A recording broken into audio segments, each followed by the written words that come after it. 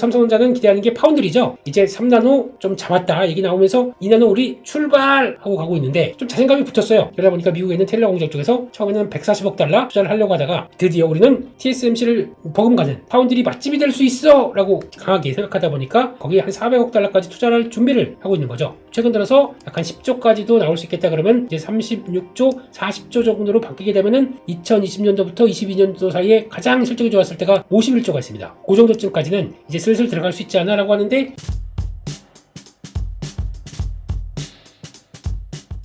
네, 안녕하십니까. 신사임당 시청자 여러분, 저는 레몬리서치의 김민수 대표입니다. 여기저기 방송과 아니면 치들을 통해서 많이 접하신 것 같아서 또 신사임당에서 이렇게 또 뵙게 돼서 너무 영광이고 반갑습니다. 이렇게 불러주신 만큼 또 시장에 대한 얘기 아주 재밌고 또 앞으로 어떻게 이렇게 강한 시장에서 살아나갈 수 있을지를 또 말씀을 드려야 되겠죠. 그와 함께 여러 가지 내용들 오늘 또 같이 저랑 확인해 보시죠. 네, 일단 요즘 시장이 많이 올랐습니다. 저희 코스피를 보게 되면 지난 고점이죠. 저희가 많이 고생했었을 때 나왔던 변화, 그때도 넘어가고, 그러니까 3,300, 이때가 3316, 그거를 가뿐하게 9월 두 번째 주에 확 넘어가기 시작하면서 시장 강해 이런 모습들을 보여주기 시작합니다. 쭉 올랐을 때 처음에는 올라왔던 게 시장을 많이 보셔서 다 아시겠지만은 이때는 중심이 저희가 조선, 방산, 원자력 이런 쪽들과 함께 전력기기 이런 것들, 또 소비재 쪽에서 화장품도 있었겠지만 이런 쪽들이 주축이 돼서 쭉 올라왔고, 거기서 플러스 알파, 거기다가 지주사라든가 그리고 또 증권까지 지증 이렇게 표현할까요? 여기까지 같이 움직이면서 약간 시장에서 다변화된 모습들과 함께 주가가 강한 모습들이 나왔고, 직전 고점 때까지 딱 움직이다 보니까 이제 쉬었던 큰형님들 반도체가 이제 다시 자리를 잡기 시작하면서 이제 우리가 가야지 라고 하면서 딱 시장에 일단 이제 정신 차려 그리고 훅 끌어올리는 모습들이 나오다 보니까 와, 시장이 참 강하다 라는 모습들을 지금 보여주는 게 현실인 것 같습니다. 왜 이렇게 강할까 라고 해서 이런저런 생각도 많이 해보겠지만 제가 이런 얘기를 드리기 시작하면서 가장 먼저 드리고 싶은 건 딱 그겁니다. 왜 이렇게 강한가의 흐름을 떠나서 지금 저희가 해야 될 일은, 시장이 강하니까 와, 여기서부터 이렇게까지 왔고 그러면 보자, 내 계좌 열어보면 3,000선 초반에서 안 무너지고 올라갔네. 그러면 지수가 한 10%는 올라갔네. 어디 계좌 좀 볼까, 나도 그만큼 가야겠지 라고 딱 계좌를 보는 순간 깜짝 놀라죠. 아니, 내 계좌는 무슨 움직임이 없어, 그대로 이 자리에 있어 라고 하게 되면 이건 뭔가 좀 시장에 못 쫓아간다는 얘기죠. 좀 약간 내 계좌가 잘못한 건 없습니다. 제가 잘못한 건 없는데 시장은 강한데 내 계좌만 가만히 있어요. 이게 좀 억울하고 답답한 거죠. 그러면 뭔가 시장에 맞게 저희가 대응을 바꿔 가야 되는데, 그렇다고 이렇게 많이 올라온 시장 쪽에서 그러면 그래, 그러면 지금 강한 쪽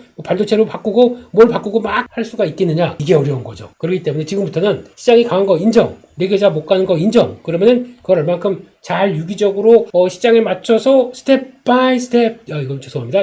그렇게 맞춰가느냐가 제일 중요한데, 옛날 노래 불러서 죄송합니다. 그걸 같이 대응하는 게 더 중요하겠다라는 쪽에서 그런 변화들을 한번 보고 시장의 흐름들과 맞춰갈 수 있는 전략들 한번 또 세워보도록 하겠습니다. 그래서 한번 흐름을 보게 되면 시장이 올라가는 이유 중에 몇 가지, 물론 한국 증시도 올라가는데 한국 증시가 그래도 한 상반기 1등 이렇게 올라올 때는 항상 1등, 그리고 주춤할 때는 또 밑으로 쭉 쳐졌다가 아니야, 9월달부터는 우리 1등, 상승률은 다시 1위로 딱 치고 올라가기 시작합니다. 국뽕이 차오르지만 내 계좌는 국뽕 같은 거 없습니다. 그냥 뭐가 잘못됐는지 못 올라가다 보니까 그게 좀 서운한 거죠. 그런 쪽에서 일단 미국 증시나 글로벌 증시도 한번 볼까요? 미국 증시도 지금 나스닥을 본다고 하더라도 주봉상으로도 꽤 올라오는데 워낙 밑에서 오던 게 좀 피로감이 있다 보니까 강하지는 못한 상황들이고, 일본 증시 볼까요? 일본 증시도 꽤 올라왔습니다. 올라오는데 저희는 탄력들이 훨씬 세다 보니까 거기 좀 차이 있는 거고, 중국도 만만치 않습니다. 중국도 아직까지 부채도 많고 그림자 금융이 어쩌고 하는데 주가는 잘 올라옵니다. 그만큼 정부도, 이쪽도 중국도 보면은 약간 전반적인 경제 상황보다는 정책적으로 그래도 좀 주식에 대한 관심과 또 신산업에 대한 여러 가지 여파를 좀 끌어내겠다는 어떤 움직임들이 강하다 보니까 그게 연결을 끼친다고 봐야겠죠. 그렇고, 또 대만 한번 볼까요? 대만이 저희와 상승률이 좀 비슷해요. 대만은 워낙 그래도 이번에 AI 시대에 딱 잘 맞춰준 국가, 그리고 또 우리는 TSMC 국가야 라고 해서 앞에가 T가 타이완 세미컨덕터 이렇게 나가지 않습니까? 그럼 우리 대표국가 잘 나가게 되면 우리도 잘 나가는 거지 라고 하면서 TSMC가 S가 아니고 C죠. 이게 고점을 또 경신을 하기 시작하면서 주가를 끈다. 그럴 수 있다고 생각합니다. AI 시대에 가장 필수 가결한 파운드리를 갖고 있는 TSMC. 저게 한국 삼성전자도 저기 들어갈 뻔했었는데 못 들어가다 보니까 조금 좀 위축됐는데 이제 뭐 항상 다음 기회가 있다 보니까 그걸 쫓아가면 참 좋겠다라는 생각들이고, 그러다 보니까 전 세계 증시가 나쁘진 않아요. 그런데도 한국 증시가 유독 강한 거는 여기 올라가면서 강한, 아까 말씀드렸던 것처럼 두 번째는 반도체가 이런 표현 써서 죄송합니다. 반도체가 끌고 올라가다 보니까 그렇게 나오는 현상이라고 봐야 되겠죠. 그런 관점이라고 보게 되면, 거기서 이제 몇 가지 정리를 해보게 되면, 일단 미국은 금리 인하에 대한 기대감이 좀 크면서, 이제 미국만이 아니라 이게 그러면 글로벌 금리 인하에 대한 기대감, 그러니까 완화적인 통화정책에 대한 기대감이 크다 보니까 유동성이, 원래 9월달 같은 경우는 전통적으로 유동성이 위축되는 시기예요. 그럼에도 불구하고 잠깐 유동성 위축돼도 뭐 이제 법인세 낸다, 그리고 또 뭐 영래포 잔고 급감했다, 뭐 이런 얘기들, 뭐 어려운 얘기들입니다. 예, 그렇다고 해서 좀 딥하게 봤더니 그건 네 생각이고, 그냥 금리나 기회와 함께 우리 유동성 증가되면은 우리 그냥 달릴 거야 라고 해서 훅 달려가는 모습들이 글로벌에서 확인되다 보니까, 또 혹시나 주춤해서 좀 조심해야 되지 않을까 약간 했던 마음들이 가게 되면 또 따라가는 게 사람의, 투자자의 마음이고 트레이더의 흐름이죠. 순응해야 되는 거죠. 트렌드에 순응하라. 트순. 이게 지금 나오는 현상이라고 봐야 되겠죠. 그러다 보니까 일단 시장의 변화에 좀 보조를 맞춰간다고 보게 되면 금리 인하 기대감이 더 세다. 물론 지금 생각보다 고용이 안 좋기 시작하면서, 그러면 경기가 위축되는 모습들이 나오기 때문에 이 위축되는 경기를 가지고 연준이 바라보는 것은, 물가는 올라가긴 하지만 이게 더 생각보다, 이번에 잭슨홀 미팅에서도 얘기를 했었죠. 고용이 생각보다 이제 질과 함께 나오는 수요와 공급 쪽에서의 변화를 봤었을 때 고용에 대해서 좀 더 신경 쓰고 거기가 어떤 금리 결정에 중요한 변화를 가져갈 수 있겠다라고 하다 보니까, 경기가 살짝 위축시되는 시도가 나오게 되면 고용에 대한 걱정이 나오다 보니까, 그러면 금리를 내리는 연준의 변화가 나올 수 있겠다. 그쪽에 지금 무게가 실리는 모습들이죠. 이 관련된 쪽의 데이터를 한번 잠깐 볼까요? 지금 물가와 관련된 쪽들을 한번 보게 되면은, 일단 지금 물가를 봤었을 때 지금 CPI죠. CPI를 보게 되면 일단 하락했습니다. 그만큼 금리도 이때 올리고 얼마나 저희가 고통받았습니까? 올리다 보니까 그다음에 물가가 떨어지는 거 봐서 금리 한번 내린 다음에 그다음에 좀 관망하고 있죠. 제대로 쉽게 안 내리다 보니까. 그런데 여기서 나온 게 관세입니다. 관세 여파가 딱 들어오다 보니까 8월달 초부터 관세가 이제 각 국가들한테 시행되고 있고 하다 보니까 그런 여파들이 이제 살짝 나오기 시작합니다. 그런데 CPI라고 하는 소비자 물가지수가 있을 거고, PPI라고 하는 생산자 물가지수가 있는데, 이 두 개 쪽에서 일단 생산자 물가지수가 타격이 나오면은 당연히 이제 소비자 물가지수를 전이하는 과정이 나올 것이다 라고 왔는데, 이번에 이제 8월 이제 물가지수가 발표되면서 깜짝 놀라는 결과가 나왔죠. 뭐냐면 PPI가 떨어집니다, 예상보다. 그렇다는 얘기는 기업들이 일단 관세를 통해서 가격들이 수입 물가부터 이제 올라오기 시작한 거를 자기네들이 소화를 하기 시작합니다. 소화를 해서 이걸 가지고 그러면은 일단 소화시켰다가 그걸 이제 CPI로 전가시키느냐 마느냐 했던 과정들이 나올 텐데, 근데 물가는 오르고 그거를 그럼 비용들이 늘어났다는 얘기겠죠? 그러면 내가 안고 있다 보니까 기업들이, 그러면 이 비용이 늘어난 거를 어떻게 처리하느냐? 이때 그러면 쭉 봐서 여기서 가장 중요한 게 이제 여기서 AI가 탄생하는 거죠.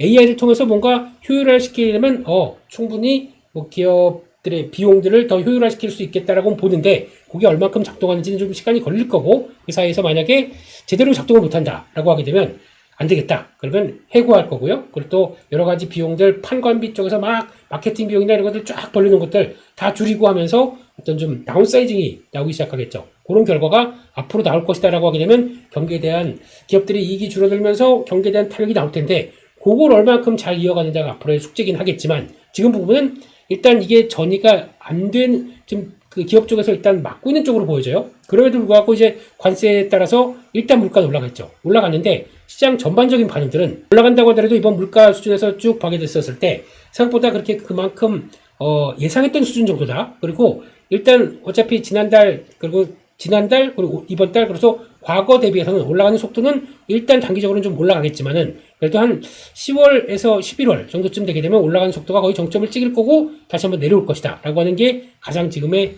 맞는 얘기로 그들이 생각하다 보니까, 물가 올라가 오케이. 근데 우리가 알고 있는 정도까지 더 자극을 못하게 되면, 아까 보셨던 PPI처럼 기업 쪽에서 어느 정도 흡수를 하게 되면 생각보다 많이 올라가지 않지 않을까라는 생각들이 나오다 보니까, 물가는 생각보다 좀 정체가 될 거고, 좀 단기 피크를 치고 좀 하향할 거고, 그게 변화가 나오기 시작하게 되면은 좀 앞으로는 그나마 이제 물가에 대한 부담들은 좀 덜지 않을까. 그러면은 고용이 떨어지기 시작해요. 아까 보시는 것처럼 PPI에서 기업들이 안 되겠다 싶어서 우리가 흡수하다가 그래도 비용을 좀 줄이겠다, 고용을 줄이기 시작합니다. 그럼 그에 따라서 지금 나오는 게 실업률 이제 4.4를 향해서 가고요. 뭐 4% 초반까지 갔다가 4.4% 이상으로 가게 되면 그래도 고용이 안 좋은 첫 신호가 아니겠느냐 안쪽으로 나오고 있고, 게다가 또 고용과 관련된 비농업 고용자 검은색에 쓰니까 좀 그러네요. 비농업 고용자 수 논팜 페이롤이라고 하죠. NPP 예, 이쪽에서 비농업 고용자 수가 생각보다 줄기 시작하고, 보통 예전에는 잘 나갈 때는 한 20만 건 이상은 거의 생각을 하다가 지금 아니야 10만 건도 안 돼. 그러다 이번에 나온 거 보면 저참하죠. 막 2만 2천 건만 이런 식으로 나오다 보니까 생각보다 줄어드는 비농업자 고용자 수를 보면서 거기다가 또 이제 신규 실업수당 건수 이것도 같이 보게 되면은 이것도 갑자기 20만 건 이상으로 훅 들어오면서 23만 건에서 26만 건 계속 늘어나기 시작하죠. 그러니까 그만큼 대량 해고 지수도 살짝 늘어나고 하는 변화가 오다 보니까 고용에 대한 걱정을 하기 시작하게 되면 이거는 이제 연준이 금리를 내리는 시그널이 되겠다 라는 쪽에서 여러 가지 변화가 나오기 시작하고, 그래서 그러면 시장이 걱정하는 건 딱 그겁니다. 금리를 인하하는데 그럼 이게 금리를 인하는 경기가 안 좋아서 충격을 나오다 보니까 경기에 대한 위축도가 심하다 보니까 아이고 이거는 경기 위축은 그대로 주식시장에 반영된다. 그러면 금리 인하가 경기가 안 좋다는 신호고, 그러면은 시장은 경기 침체를 반영하면서 빠져야 돼. 이렇게 생각할 수도 있는 거죠. 그러면 그와 관련된 지표가 그렇게 빠지게 나오는지 한번 볼까요? 예, 그게 생각보다 또 그렇지가 않아요. 지금 이 흐름은 OECD 경기지수라고 혹시 들어보셨습니까? 예, OECD에서 만들어 놓은 경기 선행지수 관련된 쪽들을 이렇게 모아서 보여주는 화면들입니다. 그래서 보통 CLI라고 많이 얘기를 하는데, 이걸 봤었을 때 그러면 경기가 앞으로 안 좋을 거다 보니까 경기 관련된 지표들은 막 다 꺾여지겠네 라고 생각을 해서 딱 봤더니 이건 왜 이렇게 좋지? 이런 변화가 나오기 시작한 거죠. 뭐 세세한 내용들 같은 경우는 다 말씀드리려고 하더라도 지금 분위기는 일단 한국이 빨강입니다.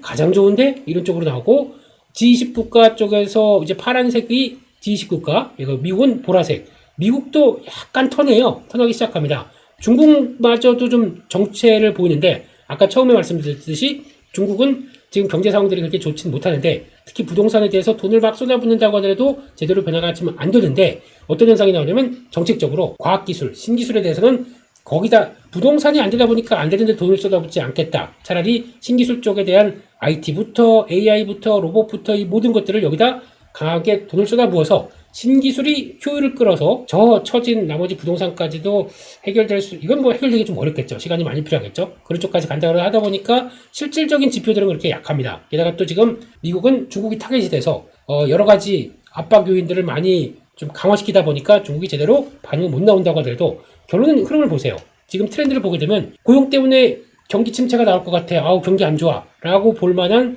흐름들이 아니죠. 근데 이걸 가지고 또 만약에 조금 지나가게 되면 경기가 안 좋아지게 되면 금방 꺾이겠네. 요게 뭐냐면은 경기 선행지수입니다. 쉽게 말씀드리면, 그러면 이걸 가지고 선행지수 조작한 거겠는데 그런 얘기까지 저한테 하게 되면 저도 모르겠어요. 근데 그건 아니라 이거는 그래도 공신력 있는 기관 OECD에서 만들어놓은 경기 선행지수다 보니까 그걸 그대로 따라서 이걸 보고 매매하는, 그러면 전 세계 트레이더들, 저희보다 돈이 몇천 배, 몇만 배 많은 그런 사람들은 이런 거 보면서 지표가 돌아서네? 그럼 배팅 들어가야지 하고 되면 이게 결과론적은 그렇게 나오는 거 아닙니까? 그런 데이터들을 저희가 무시하고 있었다는 얘기겠죠. 그래서 그렇구나 라고 볼 수 있는 게 지금의 현상인 거고, 그러면 또 하나 볼까요? 그러면 또 지금 두 번째 그림을 한번 더 보게 되면은 이게 지금 또 하나 지금 확인할 수 있는 게 이익 전망치죠. S&P 500 기업에. 그러면 지금 이제 만약에 기업들이 돈은 못 벌고 있는데 아까처럼 관세 때문에 고통받고 있고 기업들이 오히려 그걸 다 흡수하느라고 실적들이 좀 안 좋아지는 쪽으로 나간다. 근데 주가만 올라갔다. 버블이죠. 버블이 큰데 지금 올라가는 속도보다 주가가 빨랐기 때문에 버블론을 주장하는 사람들이 이런 얘기를 하는 건 맞습니다. 하지만 지금 분위기는 만약에 이게 꺾이거나 정체됐는데 주가만 많이 갔다 그러면 더 많이 벌려지겠죠. 근데 지금 분위기는 그게 아니라 오히려 지금 S&P 기업들의 실적 전망치 흐름들을 보게 되면 같이 우상향이 나옵니다. 그러니까 그나마 저희가 지금 실망할 정도로 기업 실적들이 안 좋아진다는 걸 보여준 게 아니란 반증이겠죠. 물론 그런 건 있을 거예요. 좀 자세히 보게 되면은 전망치가 약간 좀 꺾인다 아니면 또 좀 흔들린다라고 하다 보니까 거기서 왔다 갔다 할 수 있어도 지금 보게 되면 고점에서 4개월째 둔화주기다가 최근 들어서 나오는 데이터들이나 흐름을 보게 되면 특히 이걸 잘 반영하는 팩트셋 같은 쪽으로 흐름을 보게 되면 다시 하반기에 EPS 성장을 우상향으로 바꾸더라고요. 그렇다고 하게 되면 방향성은 여전히 유지가 돼 있다고 하게 되면 기업들은 아직까지 지금 여러 가지 변화 대비해서는 그나마 기업들의 이익들이 그렇게 크게 꺾이지 않는다는 쪽에서 반증을 보여줄 수 있다고 봐야 되겠죠. 그렇구나 라고 봐야 될 것 같고, 그 다음에 보게 되면 국내도 마찬가지입니다. 아니 한국 저 경제 성장률 0%대를 얘기하고 있는데 무슨 주가가 이렇게 올라가? 한국 안 돼 라고 하실지 모르겠지만, 제가 이제 많은 분들하고 얘기하다 보면은 그런 얘기가 상당히 많이 들을 때 저희는 이제 지표를 봅니다. 지표를 보게 되면 이게 지금 기업 심리 지수라고 하는 쪽이고, 그 업황 전망과 관련된 BSI, 그러니까 BSI 그리고 또 월말쯤 되게 되면 나오는 게 ESI, 이 두 개가 나오지 않습니까? 경제 심리 지수, 기업 경기 실사 지수. 이거는 그래도 실사니까 직접적으로 다 통화해서, 요즘 통화를 이렇게 안 하죠. 네. 설문조사를 통해서 앞으로 어떤 귀사의 기업들은 고용을 늘릴 것입니까? 수출이 잘 될 것입니까? 이런 걸 통해서 발표를 하는 모습들인데, 한때 작년 하반기 때는 진짜 안 좋았습니다. 그러니까 작년부터, 그리고 또 작년 되게 안 좋았었죠. 왜냐면 탄핵 국면들이 있다 보니까 거기서부터 나왔다가 거기서 계속 좀 줄줄줄줄 흐르다가 이제 서서히 올해 초부터 이제 바닥을 찍더니 그다음부터 좀 최근에 한 3개월, 4개월 동안 보여준 거라고 하더라도 4개월 때 흐름을 보게 되면 바닥권에서 안 좋던 게 이제 턴하기 시작하네요. 이런 게 보이기 시작하네요. 그렇다는 얘기는 이게 어떤 걸 의미하느냐? 그래도 실질적인 기업들의 내용들은 안 좋아 하면서도 뭔가 빛이 보이는데? 라고 하다 보니까 이 마이너스권에서 플러스로 돌아서는 과정들이 나오는 거죠. 이거를 반영한 게 수치를 본다라고 하게 되면 지금 저희가 생각하듯이 그래도 뭐가 좀 안 좋아라고 생각하는 것보다 그보다는 좀 낫다라고 보는 게 지금의 현실이기 때문에, 이걸 반영한다라고 하게 되면 저희가 너무 부정적으로 너무 시장을 좀 부정적으로 봤나? 라고 생각하는 거에 또한 반증이 될 수가 있겠죠. 그러다 보니까 결론적으로는 경기가 그렇게 나쁘지 않다는 쪽들도 지금 확인되다 보니까 이게 고용이 부진한 모습들이 미국 중심으로는 연준이 결정을 해서 갈 텐데, 그러면 경기가 그렇게 나쁘지 않은 가운데 혹시나 그 완전한 경기 침체가 아니라 약간 좀 슬로우한 모습들이 나온다라고 하게 되면 그거를 연준이 방어하기 위해서 금리를 인하한다. 또 트럼프 대통령은 계속 얘기를 하고 있어요. 계속 또 연준 의장을 못 잡아보고 그러듯이 고소한다, 자른다 막 난리를 피면서 금리 좀 내리라고 지금 난립니다. 근데 물론 트럼프 행정부가 연준에 대한 그렇게 강한 압박을 넣는 게 과연 좋은 모습이냐, 연준의 독립성을 해치는 모습들이 아니냐, 여러 가지를 해석할 수 있겠는데, 하지만 트럼프 대통령의 스타일 보게 되면 하면 하는 스타일, 그렇지 않습니까? 이게 참 그래요. 거기선 뭐라고 또 말씀 못 드리겠지만, 근데 그런 상황이 되기 시작하게 되면 어떤 분위기가 나오냐면 이제 금리가 인하를 하는데 경기가 그렇게 나쁘지 않다라고 하게 되면 결국에는 유동성이 증가하기 시작하면서 시장을 또 긍정적인 방향으로 끌어내는 또 하나의 단서가 되기 시작하겠죠. 근데 결국에는 그런 건 있을 겁니다. 나중에 가게 되면 기업 이익 증가율이 아까 생각했던 것만큼 그렇게 크지 않고 방향성은 맞는데 크지 않은데 주가가 먼저 갔다. 이게 뭡니까? 결국에는 버블이죠. 버블은 만들어질 수는 있다고 생각합니다. 그리고 이제 버블의 역사를 보게 되면 버블이라고 생각하면서도 버블에 뛰어든 사람과 떨어졌다가 정점에서 아이고 버블이 꺼지나는 걸 보고 탈출한 것과 저 버블이야, 그러니까 절대 들어가면 안 돼, 버블은 그냥 세탁세제에서 들어갈 때 들어가는 그 버블이면 난 충분해 라고 해서 안 들어가는 사람과, 그러면 어떤 차이가 날까요? 금리가 인하하다 보면서 이제 인플레이션 과정들을 겪는 과정 쪽에서 물가는 상승분을 매년 또 이어가기 시작하는데 버블이 갑자기 강하게 들어오기 시작하면서 모든 자산들에 대한 가치를 다 끌어올리는데, 나는 이 시장에서 대응을 못한다 라고 하게 되면 그냥 내 자산은 가만히 있으면 마이너스예요. 그냥 지키고 있다고 해서 은행에 예금 낸다고 해서 인플레이션을 방어하겠다 생각하실 수 있겠지만 과연 그렇습니까? 나머지 자산들은 막 퍽퍽 뛰고 있는데, 이런 버블 현상, 버블의 시대 속에서는 이거는 동참을 해야 됩니다. 때문에 그런 주의입니다, 저는요. 그렇기 때문에 버블은 이용을 하는 게 가장 낫다라는 쪽으로 근데 잘 뛰어나오는 게 습관이긴 한데, 아니면 그렇게 해도 돼요. 버블이라고 생각하는데 나는 여기서 생각했다가 이 정도까지는, 목표한 정도까지는 내가 그냥 가져간다. 목표한 쪽에서 수익 챙기고 그 다음엔 그 이상은 다 모르겠어, 니들이 먹어 라고 할 수도 있는 거죠. 근데 그런 과정들을 생각하게 되면 지금은 이거를 시장을 어떻게 이용할까라는 자세가 좀 나오시지 않을까 생각되고 있고, 세 번째로 가겠습니다. 요인들이 그러면 금리는 떨어지고 경기는 나쁘지 않은데 국내 쪽의 모멘텀도 일단 있다라는 쪽으로 봐야겠죠. 그게 뭐냐면은 국내 밸류업 관련된 쪽들, 말도 많고 탈도 많았지만 처음으로는 그래도 이번 정부가 들어서기 시작하면서 코스피 5천위원회 만들기 시작하고, 물론 논란도 많았습니다. 왜 5천위원회 갖고 있는 사람, 5천위에 들어간 사람들이 주식 갖고 있는 게 2명밖에 없어요. 그것도 ETF 갖고 있는 사람이 2명밖에 없어요. 다들 부동산 자산 쪽으로 있고, 그러다 보니까 논란은 많았지만 그래도 정부의 의지는 강하다. 그리고 또 국회의원들이 해외 나가서 싱가포르 가서 컨퍼런스 할 때도 한국에 대한 어떤 세일즈를 하기 시작하고, 그러니까 외국 투자자들을 대상으로 세일즈를 하기 시작한다. 이거 못 보던 일들이죠, 국회의원들이. 그러다 보니까 의지는 있구나. 그럼 의지에 맞게 해주세요, 제발. 네. 이거, 대주주 양도세, 대통령께서 결정 못 하시고, 또 국회로 넘기고 이러지 마시고, 국회에서 해서 그냥 빨리 정리를 해주셨으면 좋겠습니다. 50억 근데 그래도 예전 수준으로 갈 거라고 보면서 해야 되겠죠. 이렇게 되기 시작하고, 밸류업을 계속하겠다. 특히 상법 개정, 1, 2차 개정을 통해서 어느 정도 원하던 수준까지 왔고 3차 상법 개정을 통해서 더 강력하게 가겠다. 그런 게 뭐냐면은 일단 첫 번째로 보는 게 배당 관련된 쪽에서 고배당 관련된 쪽에서 배당 분리과세 이쪽을 어느 정도 손을 보겠다는.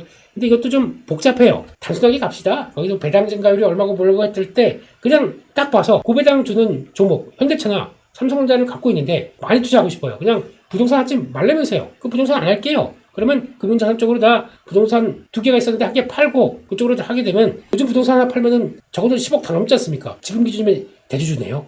이렇게 되면 안 되고요. 금융자산 쪽으로 옮겨가. 그쪽으로 돈 넣게. 그러면 배당이 거기서 만약에 10억을 넣었는데 2% 배당입니다. 그럼 2천만 원 됩니다. 지금 기준은 조금만 더 하게 되면 배당 금융소득 이자와 배당을 통해서 2천만 원 이상 되게 된다 그러면 고세율을 부담되는 쪽으로 나가지 않습니까? 그러면 못해요. 이렇게 되면요. 그러면 거기다가 또 종합소득과세까지 다 이연돼서 다 뚜려 맞는다. 안 될 거 아닙니까? 좀 타이트하게. 그래서 좀 간단하게 만들어줬으면 좋겠습니다. 그렇게 가는 게 제일 좋을 것 같고. 두 번째는 이거는 또 논란이 있으면 있을 수 있습니다. 특히 자사주 매입 관련된 쪽에서 자사주 매입에 대한 소각 관련된 것들인데 이거는 아니 이렇게 됐다가 갖고 있는 우리 자사주를 모두 다 소각하게 되면은 그동안에 나오는 그들은 그랬을 거 아닙니까? 기업들은 자사주를 매입한다 그러면 그걸 가지고 혹시나 유사시 아니면 내 대주주는 지분 갖고 있고 나머지 얼마가 있다 보니까 이걸 가지고 병권 방어를 할 수 있겠다라는 쪽으로 썼는데 그거를 소각시키게 되면은 우리 회사의 유동성이나 뭐 어쩌고저쩌고가 좀 위축되는 거 아니라고 얘기를 할 수 있습니다. 그런데 자세히 보게 되면 그러면 자사주 보유분을 가지고 뭔가 좀 액션을 취하셨어야 되겠죠. 그걸 가지고 승계나 물론 또 승계로 가게 되면 앞으로 또 저희가 고쳐야 될 게 상속세부터 좀 고쳐야 될 여러 가지 논란들도 많습니다. 이것도 해주시면 정말 좋겠어요. 정말요. 그렇게 되면 기업들이 이제 그런 일을 안 하겠죠. 그러면 주가를 오히려 눌러해 줬습니다. 그래야 상속을 넘어갔었을 때 가장 낮은 세율, 그나마 낮은 세율로 좀 할 수가 있기 때문에 이것도 같이 손 봐야 되는 게 맞는 것 같고 그렇죠. 그래서 일단 자사주 매입 소각에 큰 틀을 만들어 놓는다라고 하게 되면 매입하면 바로 소각과 함께 소각되면 어떻게 됩니까? 기업들은 그동안에 갖고 있던 그러니까 이익 대비해서 주식수가 이만큼 주식수가 100이 있었는데 자사주를 소각을 해서 이게 90으로 줄여서 한 10% 줄여서 90으로 가고 이익 규모는 그대로 있다. 그러면은 이익률과 함께 나오는 전체 ROE라고 그러죠. 전체 자본 대비해서 수익은 더 올라가는 현상이 나오고 그러면 10%가 더 올라갑니다. 그러면 지금까지 내 영업이익률이 만약에 5%였다라고 하게 되면 10%가 올라간다. 그러면은 5.5 맞죠? 그런가요?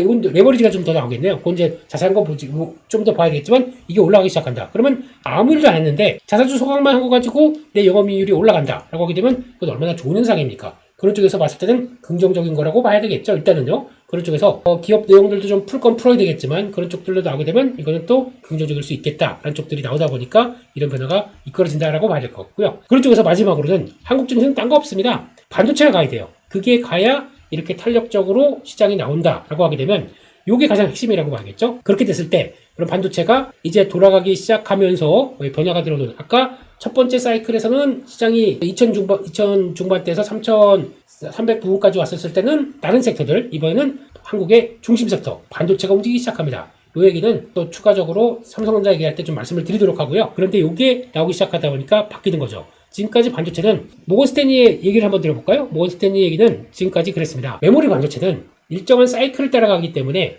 어떤 AI 시대에서 메모리 반도체가 할 수 있는 역할들은 제한적이고 거기다가 지금 HBM 가지고 많이 얘기를 하고 있는데 HBM도 이제 삼성전자가 들어오기 시작하게 되면 저거 P와 Q에서 그러니까 가격과 수량 쪽에서 만약에 새로운 경쟁자가 들어온다 그럼 가격은 떨어질 게 아니겠느냐. 엔비디아가 그걸 노리면서 주도적인 입장 쪽에서 그걸 관리할 게 아니겠느냐라고 하다 보니까 내년 가게 되면 올해 말부터 내년 초까지는 HBM 관련된 쪽들 이쪽들도 가격이 떨어질 것이다라고 얘기를 하고 있던 내용들이었습니다. 그런데 모건스탠리 형님 죄송하지만 와서 사과하세요. 지금 이렇게 가고 있습니다. 잘못 본 거 아니에요. 그럼 올해 3분기부터 4분기까지 또 겨울 얘기하고 앉아 있었고요. 죄송합니다. 서 있었을지 모르니까. 겨울 얘기하고 있었고 그 다음에 내년 1분기 가기 시작한다라고 하게 되면 그때부터 이제 돌아설까 말까 그걸 본다고 그랬어요. 잘못 보신 거예요, 이분들. 그러면 왜 잘못 봤으면 사과를 하고 새로운 시각을 보여줘야 될 텐데 가만히 있을까요? 그렇습니다. 저희가 아쉬워요. 모든 예측과 전방은 틀릴 수 있습니다. 사람이니까. 그러면 잘못 보게 되면 그에 따라서 맞는 전략들을 바꿔줘야 되는데 자기가 잘한 것만 얘기를 하고 잘한 것만 나 이렇게 뭐 했제 그랬제만 하고 못한 거는 틀린 거는 조용히 묻어가는 이런 습관은 없어졌으면 좋겠다라는 생각이지만 저도 그러냐 저부터도 반성을 하면서 근데 좀 했제 그랬제를 잘 안 하는 스타일이긴 하지만 그냥 넘어가겠습니다. 그런 쪽에서 일단 이런 변화를 봤을 때는 메모리 업황도 생각했던 것보다 강력한 변화가 옵니다. 왜 그러냐면은 생각했던 것보다 지금 미국 기업들의 변화가 AI에 대해서 진심으로 바뀌고 있는 상황들이에요. 그러니까 저희가 지금까지는 엔비디아를 비롯해서 몇몇 회사들 그리고 또 엔비디아와 함께 나머지 케이펙스 투자가 알고 있듯이 뭐 메타도 그랬고 지금까지 나머지 기업들 마이크로소프트도 마찬가지겠지만 아마존 모두 다 투자를 더 하겠다는 입장으로 다 바뀌어 있는데 저희는 아예 이만큼 했었으면은 거의 정점을 보일 거야. 되게 걱정이 좀 많았었죠. 그게 아니다 라는 것들이 확인되고 최근에는 나왔던 것들 AVGO라고 쓰고 브로드컴이라고 그러죠. 브로드컴이라고 하는 에이직 통신용 반도체 강자인 회사도 이거 우리 수주 많이 받고 있다. 실적에 대한 기대감을 확 키우는 모습들이었고 거기다가 또 오라클이죠. 오라클 같은 경우도 이 회사마저도 제가 이제 탑티어급이라고는 안 봤습니다. 이 회사마저도 우리 데이터 센터 임대를 해서 더 많이 앞으로 AI를 위해서 할 일이 많아. 특히 우리 앞에 오픈 AI가 이만큼 수주했는데 막 3천억 달러 얘기를 하고 있고 장기적으로 그러다 보니까 와 이들은 진심이구나 라고 하는 변화 때문에 이렇게 가기 시작하게 되면 어떤 현상이 나오지 않고 하게 되면 엔비디아도 있겠지만 저희가 지금 추론이라고 하는 현상 그래서 그 에이직이라고 하는 자체 맞춤 칩들이 더 커지기 시작하면서 그러니까 지금 추론으로 갈 때는 지금 학습은 엔비디아가 이제 주도를 한다고 하더라도 추론으로 가면서 그러니까 학습한 거를 결론을 내려야 돼요. 그게 추론이지 않습니까? 그 시장은 훨씬 더 커지고 기업들마다 학습은 다 엔비디아로 했는데 내 걸로 내 맞는 내 산업에 맞게 AI 칩을 바꿔야겠다라고 하다 보니까 거기서 나온 게 에이직의 변화라고 봐야 되겠죠. 그런 쪽으로 나가기 시작하게 되면 또 커져요. 그러면 추론 쪽은 저희가 알고 있듯이 HBM이 그럼 더 적게 들어갈까요? 더 많이 들어갈까요? 이게 핵심인 거겠죠. 모건 스탠리의 얘기는 단순한 규모로만 봤습니다. 그게 거기서 패착이었죠. 사과하세요. 거기까지 보고 그렇게 가기 시작하게 되면 생각보다 이렇게 강해서 HBM과 메모리 시장, 특히 요즘 보게 되면은 미국 시장에서 마이크론 테크놀로지도 물론 강하겠지만 웨스턴 디지털 이것도 생각보다 엄청 세요. 이게 뭐 하는 회사냐면은 그냥 저장장치 만드는 단순한 저장장치 낸드 플래시 갖다가 해서 그 ESSD라고 SSD 카드 아시죠? 그거 만드는 회사인데 데이터 센터가 커지다 보니까 저장 용량도 더 많이 필요하고 이거마저도 수혜를 받겠구나 라고 하는 또 AI가 끌어올리는 또 다른 메모리 반도체의 큰 변화 이걸 얘기하는 거죠. 그런 쪽에서 나왔는데 메모리 반도체 그러면 큰 형님들 나머지 마이크론 테크놀로지 시장 점유율 뭐 3위 이런 회사가 그리고 또 저 끝안에 있는 또 미국 일본 키옥시아라는 회사 있지 않습니까? 이런 낸드 만드는 회사 같은 경우도 주가가 펑펑 튀는데 저 큰 형님들 삼성전자, SK하이닉스 같은 경우는 수혜가 될까요 안 될까요? 이런 회사들마저도 그런 쪽을 보는데 HBM도 하고 거기다가 낸드는 또 여기저기 잘 하고 있고 DRAM도 DDR5 선도하는 이런 회사들 두 회사는 우리는 한국에 있기 때문에 좀 잘 못 가요. 좀 쉽게요. 이게 맞을까요? 잠깐만 이렇게 시장이 바뀌었는데 우리가 여기 있으면 안 되지 가지라고 나오는 게 이런 변화가 아닐까요? 그렇기 때문에 한국은 반도체가 가게 되면 갈 수밖에 없는 나라입니다. 거기다가 나머지는 또 안 빠지고 반도체가 간다. 그러면은 더 센 거 아닙니까? 왜냐면 지금 한국의 반도체 수출은 25%가 거기를 담당하고 있고 한국 수출의 25%가 반도체가 담당하고 있고 코스피는 비중이 한 20% 되다 보니까 그러면 거의 5분의 1이 가만히 나머지 안 빠지고 삼성전자, SK하이닉스만 쭉 올라간다 그러면 20%가 담당하다 보니까 당연히 올라가겠죠. 이런 쪽의 변화가 더 가세가 되다 보니까 요즘 시장이 강한 거다라고 보시면 될 것 같습니다. 그래서 반도체가 열의를 하는구나 라고 보시면 되겠죠. 결론으로 가보겠습니다. 그러면 이 시장 이렇게 급하게 오르고 빨리 올랐는데 와 지금이라도 투자해야 돼? 지금 그러다 보니까 시장에서 어떤 현상이 나오냐면 예탁금이 예전에 기록을 다 깨버렸습니다. 지금 예탁금은 지금 현재 71조가 넘어간 걸로 알고 있고요. 70조 때만 들어오게 되면 다시 빠지고 했다가 그래서 올라가기 시작하면 71조가 되고 거기다 뭐 또 들어갔냐면 개인들이 지금 이렇게 강하게 들어오다 보니까 외국인들이 주식을 엄청 한 이틀 동안에 3조를 사버려요. 이렇게 돼버리고 그럼 개인들은 아주 그랬던 게 다 털렸는지 아니면 고가에 잘 팔았는지는 나중에 나오겠지만 이런 현상이 나오다 보니까 개인들 자금까지 판 주식들 다 예탁금으로 들어가고 거기다 또 새로 이렇게 강한데 주식 사야지 또 들어오고 하다 보니까 예탁금이 70조 대까지 들어왔어요. 그러다 보니까 물론 신용도 지금 고가로 향해 가고 있습니다. 신용 잔고도 22조 5천억 대 부분까지 들어오다 보니까 많이 올라온 건 사실이지만 예전에 고가가 24조쯤이 고점이었던 것 같아요. 거기까지 막 올라가긴 하는데 그때 예탁금이 폭발적으로 늘어나다 보니까 이게 예탁금 대비 신용잔고 비율은 예전만큼 그렇게 확 올라가지 않는 거죠. 신용 샀는데 돈 더 있어? 돈 집어넣어? 이런 식으로 나오게 되면 바뀌는 거죠. 이런 현상들이 이뤄지다 보니까 시장이 이렇게 강하구나 라고 하는 거를 확인할 수 있겠다라고 봐야 될 것 같습니다. 그렇게 되면은 저희가 이제 생각해야 될 거는 단기적으로 이렇게 급하게 가게 되면 물론 이제 이런 쪽이죠. 지난번 나왔던 이런 데칼코마니처럼 이렇게 쭉 올라갔던 각도와 거의 비슷하게 지금 올라갑니다. 아, 지난번 2탄이 탄생하는구나. 그러면 보통 사이클이 주가가 올라갈 때 보게 되면 1차 상승 쉬고 2차 상승 쉬고 3차 상승 요거까지 본다고 하게 되면 최근에 정부의 밸류업과 마찬가지로 탁 자극을 주기 시작해서 나왔다. 그러면은 그때가 1차, 지금이 2차. 조금 얼마까지 갈지 모르겠죠. 더 갔다가 다시 3차가 나온다. 이건 한 번 더 있는 거 아닙니까? 그렇게 되면 그때는 항상 처음에 상승 각도보다 두 번째가 강하고 세 번째는 더 크게 나오는 게 일반적인 특징이잖아요. 엘리엇 파동 이론을 본다고 하더라도 1, 2, 3, 4, 5, 5파동 이런 것도 본다고 하더라도 그렇게 나올 거 아닙니까? 그렇기 때문에 지금은 한 상승의 중반 초기 정도까지는 들어온 게 맞구나라고 보는 게 맞지 않을까요? 그렇게 생각을 하고 길게 보게 되면요. 그렇게 되면 지금은 역시 주식을 하고 있는 게 맞았고 지금에도 주식을 계속 관심 갖는 게 맞는다는 얘기고 아까 말씀드렸던 건 버블이 더 커진다라고 하게 되면 그걸 충분히 이용한다 그러면 역시나 대응하는 게 맞고 라는 쪽으로 봐야겠죠. 그런데 여기서 중요한 거는 사고 싶은 종목은 항상 비쌉니다.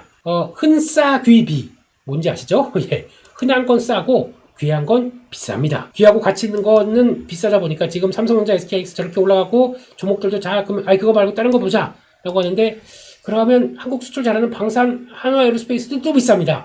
고민이죠? 그래도 어쩔 수 없습니다. 조금이라도 조정 나오게 되면 그래서 단기적으로는 조금 가팔랐기 때문에 단기적으로 매물 소화 나오면서 좀 정점을 그러니까 약간 좀 주춤할 수 있는 가능성 그러니까 즉 이런 거 이제 쭉 올라갔다가 이런 모습들 근데 단기적으로 저희가 보는 기술적 분석에서 이동평균선을 안 깨고 버텨냅니다. 그러면 나쁘지 뭐 해볼만 하겠는데 라고 생각하겠죠. 그럼 버텨냈다가 다음으로 올라가기 시작한다. 그러면 더 세질 수가 있기 때문에 이런 때라도 시장에서 조정이나 좀 주춤할 때 그때라도 좀 다시 한번 강한 종목들을 좀 챙겨가는 게 맞지 않느냐 그런 쪽으로 봐야 될 것 같고요. 그리고 또 지금 관점 쪽에서 그런 거 있죠. 그러면 눈치보기 FOMC가 나오기 시작하다 보니까 그때 또 눈치보기가 나올 수 있어요. 지금 만약에 조정의 빌미를 갖는다라고 하게 되면 FOMC 때 연준의 반응들이 어떻게 나오느냐라고 보고 특히 연준은 생각보다 지금 시장은 올해 금리를 한 3번 인하할 거로 보면서 열심히 달려갔는데 그게 아니라 우리는 그 정도로 경기 침체가 나오거나 경기가 안 좋은 거라고 생각 안 하고 있기 때문에 살살하겠습니다. 라고 하면 시장이 좀 실망할 수가 있겠죠. 그에 따라서 약간 좀 주춤하는 모습들이 나오기 시작한다. 아니면 좀 조정이 나오기 시작한다. 그때는 다시 또 주식 비중을 좀 받다가 늘려가거나 아니면 그걸 또 맞춰가는 시장의 대응이 더 좋겠다라고 봐야 될 것 같고 마찬가지로 좀 중기적으로는 시장에 대한 레벨업을 더 기대하고 있는 게 지금의 현실이 아닐까 생각됩니다. 그래서 지수 얼마까지 가요? 라고 하게 되면 그걸 알고 있으면 제가 이해하고 있지 않겠고 저는 그래도 트레이더로서 여기저기 뭐 방송 활동을 한다고 하더라도 저는 기본이 트레이더입니다. 그렇기 때문에 시장에 맞춰서 추세에 대응하려고 하는 거지 얼마까지 가니까 나를 따르라 뭐 제목을 또 그렇게 다시면 어떡합니까? 지수 이만큼까지 간다. 걱정 말고 사세요. 뭐 이렇게 또 나올 수도 있습니다. 참 제목이. 근데 그거보다 더 중요한 거는 제가 보기에는 지수는 레벨업 가능성이 더 있다라고 보시면서 대응하는 게 맞겠다. 그냥 차라리 그렇게 지을 거예요. 한국 지수 10,000포인트 갑니다. 제 살아생전에 이러면 또 모르는 거잖아요. 그건 또 그런 거고요. 살아생전에 그렇긴 한데 그거보다는 지수가 얼마까지 간다. 그거는 그럼 그때 갔을 때 제가 그런 것도 아니고요. 했지 그랬지 하고 싶은 것도 없고 전 그런 생각보다는 일단 지금은 시장에 맞게 그리고 또 추세가 쭉 가는데 제일 중요한 건 마지막에 버블이 좀 극대화됐을 때 그것까지는 노릴 수 있고 그 정도에서 목표량 수익률 됐다 그러면 빠져나올 수 있는 게 가장 미덕이 아니겠느냐 그렇게 바라보는 게 제일 좋을 것 같다라고 말씀드리겠습니다. 그렇게 되면은 그럼 이거밖에 볼 게 없습니다. 반도체가 주도가 되겠죠. 그게 가장 맞는 상황들이라고 봐야 될 것 같고요. 그게 가장 핵심적으로 지금 보여주고 있는 거고 그게 가장 맞는 상황들이다 보니까 그게 좀 챙겨야 될 부분들이고 물론 올랐습니다. 그러면 반도체 외에 반도체 소부장 쪽에서도 같이 수혜를 받을 수 있는 종목들도 같이 스터디를 통해서 좀 보강시키게 되면은 그게 못 따라갔다고 하더라도 후속 변화는 따라갈 수가 있는 게 지금의 흐름들이 아닐까 싶기 때문에 그것도 챙겨보시고 그렇다 보면 조선 방산 원자력 전력기기 지금까지 주도했던 것들 다 빠지나요? 이거 이제 끝났나요? 못 가나요? 저는 아니라고 생각하고 있고요. 그만큼의 그러니까 이게 대부분 보게 되면 수주산업이에요. 수주산업들인데 수주를 그렇게 받고 실적이 레벨업 되는데 그러면 수주가 딱 끊긴다. 그럼 주식 다 팔아야 됩니다. 지금 실적이 좋다고 하더라도 근데 수준은 계속 연장되고 사이클이 확대가 될 가능성이 높은 섹터들이기 때문에 여전히 이쪽에 대해서 관심을 갖는 게 좋다. 반도체가 막 이쪽 중심으로 갔을 때 나머지가 좀 주춤하거나 약간 좀 조정이 나와서 좀 묵직해졌다. 그럼 그때 오히려 반도체는 줄이고 좀 묵직했던 자리 쪽에서 보고 이런 것들을 다시 살짝 더 채워놓으면서 반도체 조정 나왔을 땐 그게 또 뛸 거 아닙니까? 그런 쪽으로 지수 게임이죠. 이걸 좀 보면서 내가는 게 좋겠다라고 생각하고 있고 또 이것도 보셔야 될 것 같아요. 금융지주사 이것들도 지금 시장으로 봤을 때는 정부의 밸류업 기조가 살아있어서 그게 촉발돼서 맨 처음에 2000대 중반에서 저희가 3000까지 끌어올렸던 힘들은 아직 줄은 게 아니다 라고 보게 되면 단 이런 거 가지고 계속 노이즈 만들지 마세요. 예, 부탁드립니다. 제발. 예, 제 그냥 편하게 주식하게 좀 놔주세요. 돈 벌어서 그냥 세금 잘 낼게요. 그거 가지고 그냥 세금이 필요하신 거 아닙니까? 그러면 열심히 벌어서 기부도 하고 할 테니까 기부를 사랑하는 사람이기 때문에 그렇게 할 테니까 그냥 놔두시고 그렇게 되면 거기서 그에 따라서 저평가였던 그리고 금융 쪽 특히 저평가의 대명사인 은행부터 뭐 보험 뭐 이런 것들 다 있을 거고 거기서 증권은 실적이 좋아지는 거고 이것도 끌고 가게 되면 갈 거고 지주사는 아까 말씀드렸던 상법 개정을 통해서 방향들이 레벨업이 되는 거잖아요. 대부분 보게 되면 지주사 PBR 0.8배 넘어가는 것도 별로 없지 않습니까? 이게 저평가의 원흉이었다라고 하게 되면 그거를 자극해서 변화가 들어온다. 또 하나의 어떤 섹터가 될 수 있겠죠. 그래서 이런 것들을 보시면서 그러면 반도체를 주도를 하면서 짜가지만 나머지 섹터들도 보강시키면서 같이 딱 맞춰놓게 되면 포트가 그나마 나아지겠죠. 여기 대표주 이런 것들 가서 하나, 둘, 셋, 넷, 다섯, 여섯 개 플러스 반도체 하나. 또 한 7종목? 네. 한 5개에서 7개 사이 정도쯤에서 맞춰놓고 이거는 세팅 딱 해놓고 흔들리거나 조금 변화가 들어왔을 때 조금 더 보강시키고 뭐 이런 과정들 통해서 하시게 되면 훨씬 더 시장을 따라갈 수 있는 변화가 되지 않을까 안쪽에서 한번 전략적인 부분들을 고민을 해보고 말씀을 드렸습니다. 여기까지 해서 시장 얘기들 한번 말씀을 드렸고요.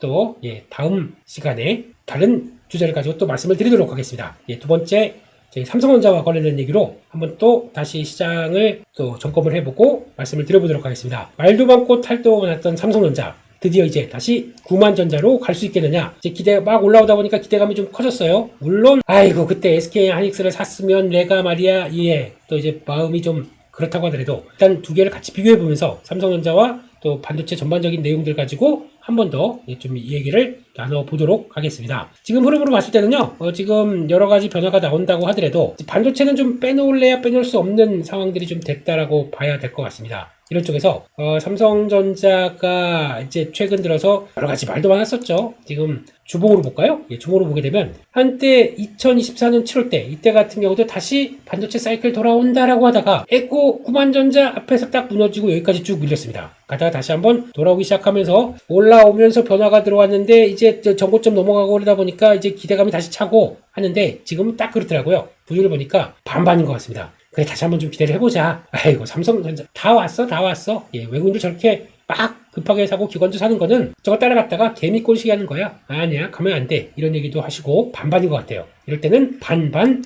무만이가 아니라 반반에서 내가 어디로 가야 될지를 좀 잘 체크해 보는 게 중요하겠죠. 그런 관점 쪽에서 한번 정리를 해보게 되면요. 삼성전자가 일단 지금 올라가는 가장 첫 번째 요인들로 보게 되면 HBM에 대한 성과 이건 좀 제가 얘기하면서도 좀 그렇습니다. 엔비디아 퀄 테스트 저희 삼성전자 주주분들에 대한 가장 큰 염원이고 소원이고 인류 최대의 숙제 삼성전자의 엔비디아 퀄 테스트 통과 이게 벌써 기사만 82번째 나온 것 같아요. 그런데 아무것도 좀 얘기해 줄 수 없는 상황들이고 여기까지 들어왔는데 그래도 삼성전자 여러 가지 나오는 얘기나 동향들을 보게 되면 가장 핵심적인 게 그거 같아요. 지난번에 그때 미국에서 삼성전자 이재용 회장과 엔비디아 황 선생님, 그래서 젠슨 황 선생님과 만나자마자 그렇게 격하게 뚝 포옹을 하고 물어 이러면서 반갑게 얘기를 했었을 때는 뭔가가 그렇다고 SK 하이닉스 회장님하고 또 그렇게는 뭐 사진이 안 나와서 모르겠지만 더 격하게 인사했을 수도 있겠지만 그렇게 인사를 했다. 뭘 얘기할까요, 이게? 그래서 많은 사람들이 이제 조만간 엔비디아 쿨 테스트 통과하는 거 아니야라고 기대감을 했었겠지만 막상 이제 그 다음에는 아직은 얘기가 없고 그렇다고 하더라도 이쯤이면 이제 거의 될 때가 되지 않았을까라고 생각하는데 물론 아직까지 그렇습니다. 쿨 테스트 통과하기 위해서 뭐 발열과 수율 뭐 어떻게 해서 이게 그러면 그들이 원하는 방식까지 MUF 방식으로 가고 이런 여러 가지 얘기들은 그냥 넘기겠습니다. 이게 저희가 뭐 그렇다고 IT의 갓도 아니고 IT의 신 대표님, 네, 너무 잘 보고 있습니다, 영상. 네, 그런 것도 아니고, 그거보다는 일단 이게 이제 어떤 좀 시장의 상황과 같이 해석할 필요가 있겠죠. 지금 딱 보게 되면은 어떤 현상들이 나오냐면은 하이닉스가 지금 HBM4로 가면서 내가 지금 나 혼자 집중을 해서 나 혼자 이제 엔비디아랑 거의 가는 모브로 이어진다라고 하면서 시장에 대한 관심은 높은 상황들이긴 하지만 이쪽들을 변화를 보게 되면 엔비디아는 솔직히 기분이 좀 나빠요. 왜냐면 HBM4 우리가 준비 잘했고 그래서 내년에도 우리가 납품한 거 다 알죠? 우리가 거의 주도적으로 할 겁니다. 그런데 가격은 30%업 이렇게 딱 불렀습니다. 그러다 보니까 엔비디아에서는 깜짝 놀랐습니다. 안 그래도 지금 뭐 성능 좋아지다 보니까 우리도 가격을 올리려고 생각하고 있었는데 만약에 들어가는 가속기 쪽에 HBM까지 그 30% 업된 가격으로 보고 그러면 TSMC를 갔더니 TSMC도 제조해야 될 텐데 우리 가격도 올려요. 아니 매년 뭐 10% 15%씩 계속 올리는 구조고 장난하나 아무리 그렇다고 하더라도 그러면 안 되겠어. TSMC 말고 파운드리 잘한 대로 맛집으로 가야지. 맛집이 없어요. 그냥 혼자 하고 그 동네는 혼자 하는 한밭집이에요 지금요. 그러다 보니까 갈 데가 없어요. 이러면 삼성전자가 파운드리만 조금 속도를 내주고 수율만 되게 되면 조금 만만 내 규정에 맞게 좀 되기 시작하게 되면 삼성전자 맛집으로 갈 텐데 지금 TSMC에서 못 빠져나오고 있어요. 그러다 보니까 거기에 이제 삼성전자가 얼마큼 좀 했느냐에 따라서 기회는 열린 게 삼성전자가 맞을 것 같고 거기다가 HBM도 그렇습니다. 삼성전자가 열심히 쫓아오려고 노력을 하는데 엔비디아 입장에서는 조금만 더 내 기준에 맞게만 조금만 더 해주면은 내가 너한테 물량도 많이 줄 수 있을 것 같은데 왜 그러니? 안 그러면 지금 나 30%업 달라고 하는 SK하이닉스한테 물량 다 줘야 되고 그러면 나는 또 가격이 이만큼 올라갈 텐데 그게 고객사들한테 넘기게 되면 이것도 매년 너무한 거 아니에요? 이렇게 얘기 나오다 보니까 좀 고민하는 거죠. 그런 쪽에서 요거를 해결해 줄 쪽이 삼성전자가 된다라고 하게 되면 분위기가 바뀔 수가 있겠죠. 게다가 요 GDDR7 요게 이제 하나의 또 변화로 나올 수 있는 게 이번에 공개된 게 내년 올해 말부터 내년 가게 되면 블랙웰 시리즈라고 하는 엔비디아의 칩이 루빈 시리즈로 바뀝니다. 정확하게는 루빈 CPX라고 하는데 이게 바뀌기 시작하면서 일단 변화가 나오는 게 그때 처음 기사는 그랬어요. HBM 안 쓰고 GDDR7을 쓴다라고 했습니다. 틀린 기사입니다. 그런 틀린 기사 쓰지 마시고요. 그게 아니라 HBM 외에 추가로 GDDR7이 더 들어가서 보강을 하는 겁니다. 그만큼 성능이나 더 좋은 그 메모리 용량들을 찾으라는 쪽들이 보강이 되는 거겠죠. 그러다 보니까 그런 쪽에서 HBM은 들어가고 그 다음에 GDDR7이 추가로 들어갔을 때 그거는 누가 경쟁력이 있습니까? 저요! 삼성전자가 경쟁력이 있는 거겠죠. 그러다 보니까 거기서 변화가 나오게 되면 삼성전자의 역할이 좀 더 커지지 않겠느냐. HBM도 지금까지는 거의 찬물이었고 제대로 대응을 못하다 보니까 먼저 만든 건 삼성이에요. HBM을. 근데 삼성이 어쩌다가 이렇게 돼서 그렇게 됐지만 그래도 결국은 나도 이제 할 수 늦었지만 좀 정신 차릴게요. 좀 봐주세요. 라고 하는 현상들이 나오다 보니까 이렇게 된다고 하게 되면 변화가 나올 수 있는 기대는 좀 커지겠죠. 그게 지금 나오는 거고 거기다가 AI 인프라 투자 확대가 더 커지는 모습들 이거 한번 그림으로 볼까요? 빅테크 기업들이 한때는 점점 더 요게 그 증가율이라고 하는 거 있죠? 요게 증가율이 이렇게 좀 낮아질 걸로 이렇게 보기 시작하면서 생각보다 증가율 측면들이 더 투자를 안 하고 그러니까 점점 더 투자를 했기 때문에 이제 됐어 라고 생각하면서 더 투자를 안 할 걸로 봤는데 그게 아니라 날이 가면 갈수록 메타 같은 경우 보세요. 사활을 걸었어요. 그러니까 지금 이게 뭐냐면 내가 돈을 버는 거 매출에서 순이익이 아니라 돈을 버는 거를 거의 뭐 40% 50%씩 다 때려받고 거기다 그래도 AI는 계속 키우겠다라고 하는 아주 진심이 나오는 회사가 메타입니다. 증가율 보게 되면 2024년보다 그러니까 작년보다 올해가 높았고 내년도 만만치 않게 들어가는 거예요. 그러니까 이게 만약에 그림이 이 정도쯤에서 꺾였다라고 하게 되면 증가율은 확 꺾이는 모습들이겠죠. 주식시장에서 증가율이 쭉 뻗어나가는 게 아니라 꺾이게 된다 그러면 아이고 AI 이제 투자 다 했구나라고 생각할 텐데 규모보다도 그 증가 자체가 계단식으로 팡팡 뛰어가는 걸 좋아할 텐데 그 자체가 지금까지 보게 되면 내년까지도 쉽게 죽을 것 같지가 않아요. 그 아마존도 그렇고 구글도 그렇고 마이크로소프트 모두 다 일단 증가율 자체가 크게 꺾이지 않을 정도로 투자를 많이 하겠다라고 하다 보니까 여전히 이들은 진심이구나 라는 쪽들이 나오죠. 그런 관점 쪽에서 진심인데 어떤 현상이 나오냐면 지금까지는 아까 말씀드렸듯이 학습이 주도를 했었는데 그게 이제 추론 쪽으로 확대되는 과정들까지 나온다. 학습과 낙습 시장 대비해서 추론 시장이 이게 학습 시장이 1억이었다. 추론은 얼마인지 아세요? 10억입니다. 10배 차이입니다. 그게 지금 막 학습에서 추론으로 넘어가는 초기 단계가 나오는 거죠. 그러다 보니까 거기서는 아까 말씀드렸듯이 빅테크 기업들은 지금까지 열심히 엔비디아 중심의 GPU로 학습을 했다가 그걸 가지고 우리에 맞게 이제 추론하는 과정 쪽에서는 내가 만든 칩으로 쓸래 라고 하는데 그래도 엔비디아는 우리 거 쓰세요. 우리 시리즈만큼 좋은 거 없어요. 왜냐면 너희 엔지니어들은 우리 시스템, 쿠다라는 시스템으로 다 대동단결되어 있기 때문에 쉽게 못 벗어날 겁니다. 엔지니어들이 좀 그래요. 내가 그러면 새로운 거 가지고 막 연결해가지고 뭘 하게 되면 이거 또 효율도 안 나오고 다시 배워서 해야 되고 그렇지 않습니까? 그러다 보니까 거기서 완전히 또 그대로 쓴다고 하는데 그래도 에이직으로 확대되기 시작하게 되면 그러니까 엔비디아가 그냥 갔던 시장들이 약간 조금 바뀔 수도 있는 모습들이 나오지 않느냐 하는 쪽에서 시장을 조금 더 기대를 하고 있고, 그러다 보니까 지금 AMD 같은 경우도 엔비디아의 시장 점유율을 요만큼만 찾아 먹어도 나는 이만큼 늘어난 거 아닙니까? 그 압도적인 시장 점유율 70% 80%짜리를 요만큼만 들어가도 나한테는 큰 파이다 보니까 그런 것들 브로드컴도 그렇고, 거기다 또 중국 업체들도 들어오죠. 이번에 알리바바가 추론칩은 내가 직접 하겠습니다. 그리고 우리 뒤에는 화웨이가 있습니다. 이러면서 화웨이랑 같이 맞춰서 열심히 중국에는 공부 잘하는 사람들은 공대 간다면서요. 한국은 의대 가고요. 좀 안타까운 현실이긴 하지만 또 중국에선 가장 우리 집에서 정말 큰 인물이 낫네라고 하는 것은 사업가라고 합니다. 그게 좀 차이가 있는 것 같아요. 그래서 기술을 가지고 사업을 창업을 해서 그걸 가지고 나는 최대 주주인데 상장시켰는데 돈을 많이 벌었다. 이게 가장 성공 스타일이라고 알려져 있다고 하더라고요. 조금 머리 아프고 그냥 잘 의대 졸업해서 성형외과, 피부과 가서 돈을 쫙 끌어오는 게 우리 현실인 것 같아서 조금 그렇다고 중국이 좋다는 건 아니지만 중국이 무조건 맞다는 건 아니지만 그런 기술과 관련된 쪽들은 아쉬운 건 있습니다. 이런 쪽들이 나오게 되면 어떤 변화가 나오냐면, 그러면 AI 인프라 투자를 확대하면서 그쪽으로 나오다 보니까 일단 우리 쪽은 처음에는 그랬어요.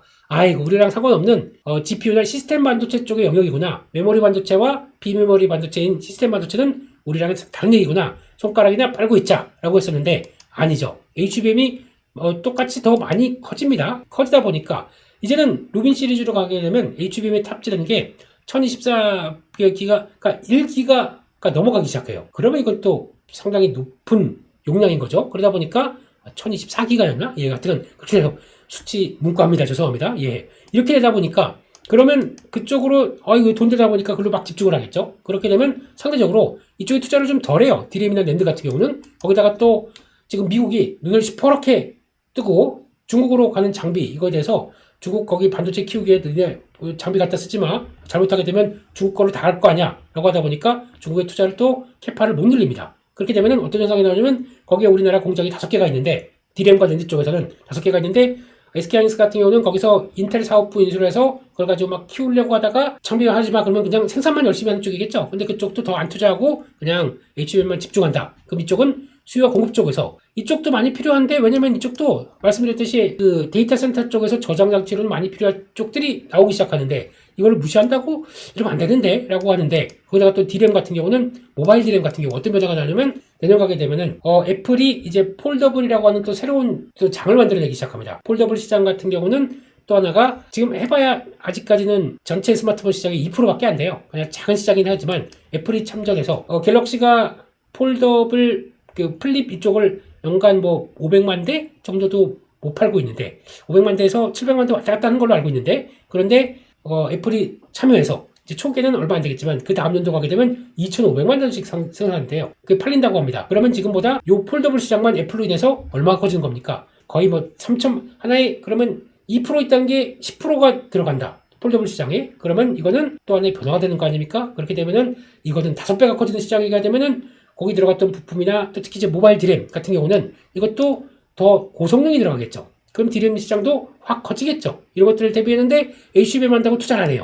그 가격이 어떻게 될까요? 가격을 한번 볼까요? 지금 가격을 보게 되면 이렇게 되어 있습니다. 지금 현재로 본다고 하더라도 지금 디램과 낸드는 그럴 가능성 때문에 내년도 올해도 그렇고 지금 계속 올라왔고 지금 내년도 단가는 더 올라갈 걸로 보고 있습니다. 근데 잘 보시게 되면 디램이 왜 하이닉스가 더 높죠? 이거의 이유는, 하이닉스가 더 높은 이유는 그것 때문입니다. HBM에 집중하다 보니까 제대로 생산을 더 캐파를 못 늘리고 그러면 하이닉스가 더 올라갈 수밖에 없는 구조가 나오는 거죠. 그렇구나. 낸드는 삼성전자가 높다고 하더라도 이런 걸 봤었을 때 내 올해보다 내년까지 더 좋다는데요, 가격들은. 그렇게 되면은 전망이긴 하지만 이렇게 나오기 시작한다 그러면 가격이 모든 걸 반영해서 가격이 움직이는데, 메모리 업황이 가격 뛴다는 얘기는 업황이 떨어진다는 얘기가 아니지 않습니까? 그걸 봤었을 때는 반도체가 움직이는 게 맞구나라고 보는 게 현실적인 거라고 봐야 되겠죠. 그게 지금의 흐름이다라고 보게 되는 게 맞을 것 같고요. 그런 쪽에서 어떤 삼성전자는 기대하는 게 파운드리죠. 지금 같은 경우 적자의 원흉이었고 총 반도체 매출에서 거기서 매출은 가세를 한다고 하더라도 적자로 많이 까먹는 게 파운드리였습니다. 제대로 성과를 못 내다가 이제 3나노 좀 잡았다 얘기 나오면서 2나노 우리 출발 하고 가고 있는데 추가적으로 테일러 공장 좀 자신감이 붙었어요. 그러다 보니까 미국에 있는 테일러 공장 쪽에서 처음에는 140억 달러 투자를 하려고 하다가 고객사가 들어오는 것 같아. 물 들어온다. 그러면 드디어 우리는 TSMC를 버금가는 파운드리 맛집이 될 수 있어 라고 강하게 생각하다 보니까 이제 좀 거기에 한 400억 달러까지 투자를 할 준비를 하고 있는 거죠. 그랬을 때 지금까지 테슬라가 쭉 보다 보니까 뭐 우리는 TSMC 맛집 가서 줄 서 있어요. 근데 가격도 매년 오른다. 그리고 을이 아니라 갑이에요. 그래서 줄 서 있는데 이거 이렇게 좀 바꿔주면 안 될까? 너 기다려, 우리 다 하고 줄 서 있는 거 안 보여? 그러면서 약간 좀 을이 갑의 흉내를 내다 보니까 불만이 많아졌습니다. 바꾸고 싶은데 바꿀 수도 없고 뭐 좀 약간 좀 뭔가 내 입맛에 맞게 하려고 하는데 안 되고 안 되겠다. 삼성이 좀 수율이 올라간 게 보여요. 삼성과 손잡자. 그러다 보니까 여기 들어가는 도조칩부터 다음에 AI 자율주행 칩이죠. AI6인가? 이쪽도 맡길 것 같은 이런 분위기가 나오다 보니까 고객이 늘어납니다. 그러다 보니까 애플도 저 뒤에서 줄 서 있다가 테슬라 가네. 야, 나도 같이 가. 그러면서 이미지 센서 쪽도 이쪽으로 줄 서고 있습니다. 이러다 보니까 소니가 좀 타격을 받지만 어떻게 하겠습니까? 지금 소니에서 공장에서 내서 관세 물고 들어오는 것보다 테일러 공장에서 하게 되면 관세가 없지 않습니까? 그러다 보니까 이쪽으로 들어서고. 요게 달까요? 추가로는 또 고객사만 조금 저기 눈치만 보고 있다가 잠깐만. 그리고 또 우리 같은 이런 에이직 시대에 자꾸 다 파운드리 쪽으로 몰려가는 TSMC 말고 야, 삼성이 맛집이래 소문나기 시작하게 되면 조금 더 는다. 그거를 겨냥하고 지금 테일러 공장을 더 그렇게 강하게 증설을 좀 더하는 게 아닐까 싶기 때문에 파운드리만 섞어 나온다? 그러면 삼성전자엔 가장 큰 도움이 되겠죠. 이런 쪽으로 보고 있고, 그다음에 실적도 이제 지금 기준으로는 2분기 때 거의 지금 폭망했지 않습니까? 그래서 기대감이 전혀 없는데 그때 나오는 실적 보고 아예 그래도 저희가 많이 쓰는 용어 중에 빅베스라는 게 있지 않습니까? 빅베스 한꺼번에 다 한번 털어내고 그 다음에 좀 툭툭 털어내고 이제 이게 바닥이고 한꺼번에 안 좋은 거 다 한번 털어 그리고 다음부터는 더 좋게 나갈 거야 라고 하다 보니까 3분기 때는 8조 8천억 최근 들어서 DRAM 시장 멘트 시장이 좀 강이 좋다 보니까 이제 이게 9조 9천억까지 올라왔습니다. 그래서 약간 10조까지도 나올 수 있겠다 그러면 연간으로 어렵겠지만 이제 9조 10조대에 들어오기 시작하게 되면 94, 36 이제 36조 40조 정도로 바뀌게 되면은 과거에 이때 이제 그때 한 2020년도부터 22년도 사이에 가장 실적이 좋았을 때가 51조가 있습니다. 그 정도쯤까지는 이제 슬슬 들어갈 수 있지 않나 라고 하는데 여기서 가세가 되는 게 파운드리반 적자를 좀 덜 보고 아니면 진짜 흑자로 돌아선다든가 고객사가 많아져서 그러면 이거는 또 다른 문제가 되겠죠. 그럼 또 확 실적 수정치가 높아지게 되면 9만 전자가 아니라 10만 전 그럴 수도 있습니다. 근데 그 키포인트는 두 가지로 봅니다. 첫 번째 HBM, 두 번째 말씀드렸던 파운드리 두 가지만 제대로 잘 하게 되면은 삼성전자의 기둥이 될 수가 있기 때문에 안 돼. 삼성은 안 돼. 차라리 하이닉스가 낫지 뭐라고 했던 게 또 바뀔 수도 있다는 거죠. 거기다가 PBR 1.2배 하이닉스와 좀 아직까지 격차가 많이 벌어지다 보니까 하이닉스 이제 3배까지 들어왔죠. 하이닉스를 보게 되면 PBR 기준으로 따지게 되면은 3.1배네요. 그러다 보니까 비싼데 그러다 보니까 다른 건데 뭘 비쌉니까? 지금 PBR로 계산하느냐 PR로 계산하느냐에 따라 달라요. 그런데 만약에 PBR로 계산을 하면은 비싸 보이지만 실적 대비해서 본다. 그러니까 요즘 보게 되면 외국인들은 하이닉스를 삽니다. 기관들은 삼성전자를 사요. 차이가 뭐냐면 삼성전자는 기관 입장으로 봤을 때 PBR이 낮다고 생각해서 거기서 베팅이 들어간 것 같고 외국인들은 아니 그래도 지금 당장 실적이 중요하지 뭐 하다 보니까 하이닉스 지금 예상은 PBR이 7배로 나와 있는데 PBR은 비싸죠. 자산 대비해서는 비싸다고 하더라도 실적 대비해서는 이게 비싼지 안 비싼지 볼까요? 지금 보게 되면은 한 40조대 그러니까 연간 기준으로 분기로 한 10조대 그룹이 들어가죠. 그러니까 삼성전자를 뛰어넘은 지가 좀 됐죠. 근데 10조대가 고착화되는데 내년에 아까 보셨던 것처럼 DRAM이나 랜드까지 좋아서 이게 다 합쳐져서 혹시나 50조가 넘어가게 되면 내년에 한 증권사에서 메리츠였나요? 거기서 56조를 불립니다. SK하이닉스의 내년 영업이익을 56조로 가게 되면 최근에 본 적 없는 옛날에 대비해서 거의 10배가 나와요. 지금 실적이 2020년도에 비해서 그렇게 되면은 시총이 220조죠. 그러면은 지금 영업이익 기준으로만 본다고 하더라도 영업이익 기준으로 보게 되면 PR로 5배네요. 5배짜리로 더 떨어지는데 50조가 나오는 회사가 시총이 300조, 400조도 못 가고 있다. 그러면 어떻게 될까요? 여기서 만약에 그러면 56조가 나오는데 그래도 그만큼 반영을 좀 하지 못하면 그래도 한 400조 정도만 간다 라고 하더라도 230조죠. 지금 현재 시가총액이 240조입니다. 회사에 400조 가려고 하게 되면 3, 4, 10이죠. 12. 그러다 보니까 30% 40%는 더 갈 수 있다라고 하게 되면 30%만 참는다고 하더라도 40만 원이네요. 그래서 하이닉스의 목표가가 40만 원 막 이렇게 나오는 이유 중에 하나가 그렇다라고 하시면 될 것 같습니다. 그런 쪽에서 제가 그러면 드리는 솔루션은 지금까지 쭉 말씀드렸는데 너라면 어떻게 하겠니? 저라면요. 삼성전자 하이닉스를 동시에 들고 갈 것 같습니다. 뭐 그렇게 두 종목을 다 사. 만약에 삼성전자의 기회 요인들도 있고 하이닉스는 여전히 실적 잘 나오는 쪽이고 그렇게 되면은 최소 5대5나 저는 개인적으로 하이닉스를 계속 지금까지 뭐 2년 반 거의 이제 횟수로만 3년짜예요. 그러다 보니까 하이닉스가 주가 돼 있는데 저라면은 하이닉스가 최근에 그랬어요. 뭐 방송에서도 말씀드렸지만 하이닉스를 줄이고 삼성전자를 편입했습니다. 그래서 비율은 지금 저는 한 7대3 정도 되는데 그런 쪽으로 바꿔가면서 같이 가져가시는 게 오히려 이 반도체 메모리 여팡을 맞이하는 또 하나의 자세가 아닐까 그렇게 생각하고 있습니다. 그래서 그것까지 한번 생각해 보시게 되면 근데 문제는 비싸요. 단기적으로 많이 올랐습니다. 그게 관건이죠. 그렇다고 하더라도 저희가 생각할 수 있는 거는 그래도 얼만큼 잘 싸게 해서 이번 시장을 맞춰가느냐 조정 시에는 계속 관심 있게 보고 조금씩 더 늘려가서 이 사이클을 맞춰가는 게 훨씬 더 좋겠다. 그렇게 결론을 내리고 말씀을 드리도록 하겠습니다. 삼성전자 SK하이닉스 안 가면 또 시장의 동력은 좀 약할 거 아닙니까? 그것까지 생각하지 마시고 지금 사이클 말씀드린 대로 생각이 있다라고 하게 되면 같이 대가시는 게 좋겠죠. 네, 여기까지 해서 삼성전자 반도체에 대한 얘기들을 말씀드렸습니다. 네, 감사합니다. 이번 시간에는 조선주입니다. 조선주를 보면서 느끼는 거는 요즘에 반도체 쪽에서 뭔가 변화가 강하다 보니까 조선주가 약간 그동안에 강했던 게 조금 쉬어가는 분위기긴 한데 그렇습니다. 그렇다고 하더라도 역시 조선주의 힘은 아직까지 남아있을 수가 있기 때문에 이 관련된 쪽들을 조금 더 지켜보셔야 될 것 같고 확인하는 게 중요하겠죠. 역시 주도주는 쉽게 안 꺾인다. 지난번에 말씀드린 것처럼 같은 주도 섹터군 쪽에서 크게 이탈하는 모습들이 안 나온다. 그러면 여전히 관심이 높아질 수가 있겠죠. 그런 쪽들을 한번 좀 체크해 본다라고 하게 되면 역시나 또 확인이 필요하다고 봐야 될 것 같고요. 네, 이런 가운데 지금 중요한 부분들은 일단 조선주의 가장 핵심적인 내용들은 신고가를 넘어서 계속 갈 수 있겠느냐라는 부분들인데 일단 조선주를 보면서 가장 먼저 드는 생각은 그거 같아요. 중후장대 사이클 산업이라고 봐야 되겠죠. 그러니까 즉 경기와 함께 변화가 들어가면서 그래서 지금 항상 그래요. 저희가 고퍼에 사서 저퍼에 판단 얘기가 무슨 얘기냐면은 업황이 안 좋을 때 다들 그냥 힘들다, 뭐 구조조정한다, 그리고 이제 조선사 이러다 망한다 라고 했을 때 들어가는 게 맞고 그 다음에 쭉 올라가서 이제 수주 받을 때부터 주가 이제 턴하기 시작하죠. 그래서 실적 나오게 되면 거기서부터가 약간 이제 수주 받았던 것들이 이제 실적 반영되다 보니까 거기서부터가 중요한데 실적이 됐다고 그러는데 그땐 주가가 또 못 가고 점진적으로 박스권만 그리다가 오히려 이제 그다음부터 하락합니다. 왜냐면 먼저 주가는 선행하기 때문에 그런 특징이 있어요. 그래서 중요한 거는 핵심은 조선주 같은 이제 수주 산업의 가장 큰 특징은 산업의 사이클이 안 좋을 때 들어가는 게 가장 맞는 거고 산업의 사이클이 들어가서 실적이 나온다. 그래서 좋은 실적이 나온다라고 하게 되면 원래는 첫 번째 논리는 파는 겁니다. 고퍼에 사서 저퍼에. 그래서 실적이 막 나오다 보니까 잘 나와요. 그러면 주가도 올라가긴 했지만 PER 대비해서는 실적 대비해서는 주가는 이제 좀 낮은 수준으로 가겠죠. 그럴 때는 주가의 고점입니다. 그게 맞는 상황입니다. 실적 호조가 나왔을 때는 주가는 파는 게 맞습니다. 이런 중고장대 산업은. 그런데 이번은 좀 다릅니다. 왜냐면 수주가 계속 증가하면서 사이클이 연장이 되는 모습들이 나와요. 특이한 모습들이죠. 그렇게 되면 그 수주 모멘텀이 꺾일 때까지는 계속 사이클이 연장이 나오다 보니까 그걸 안고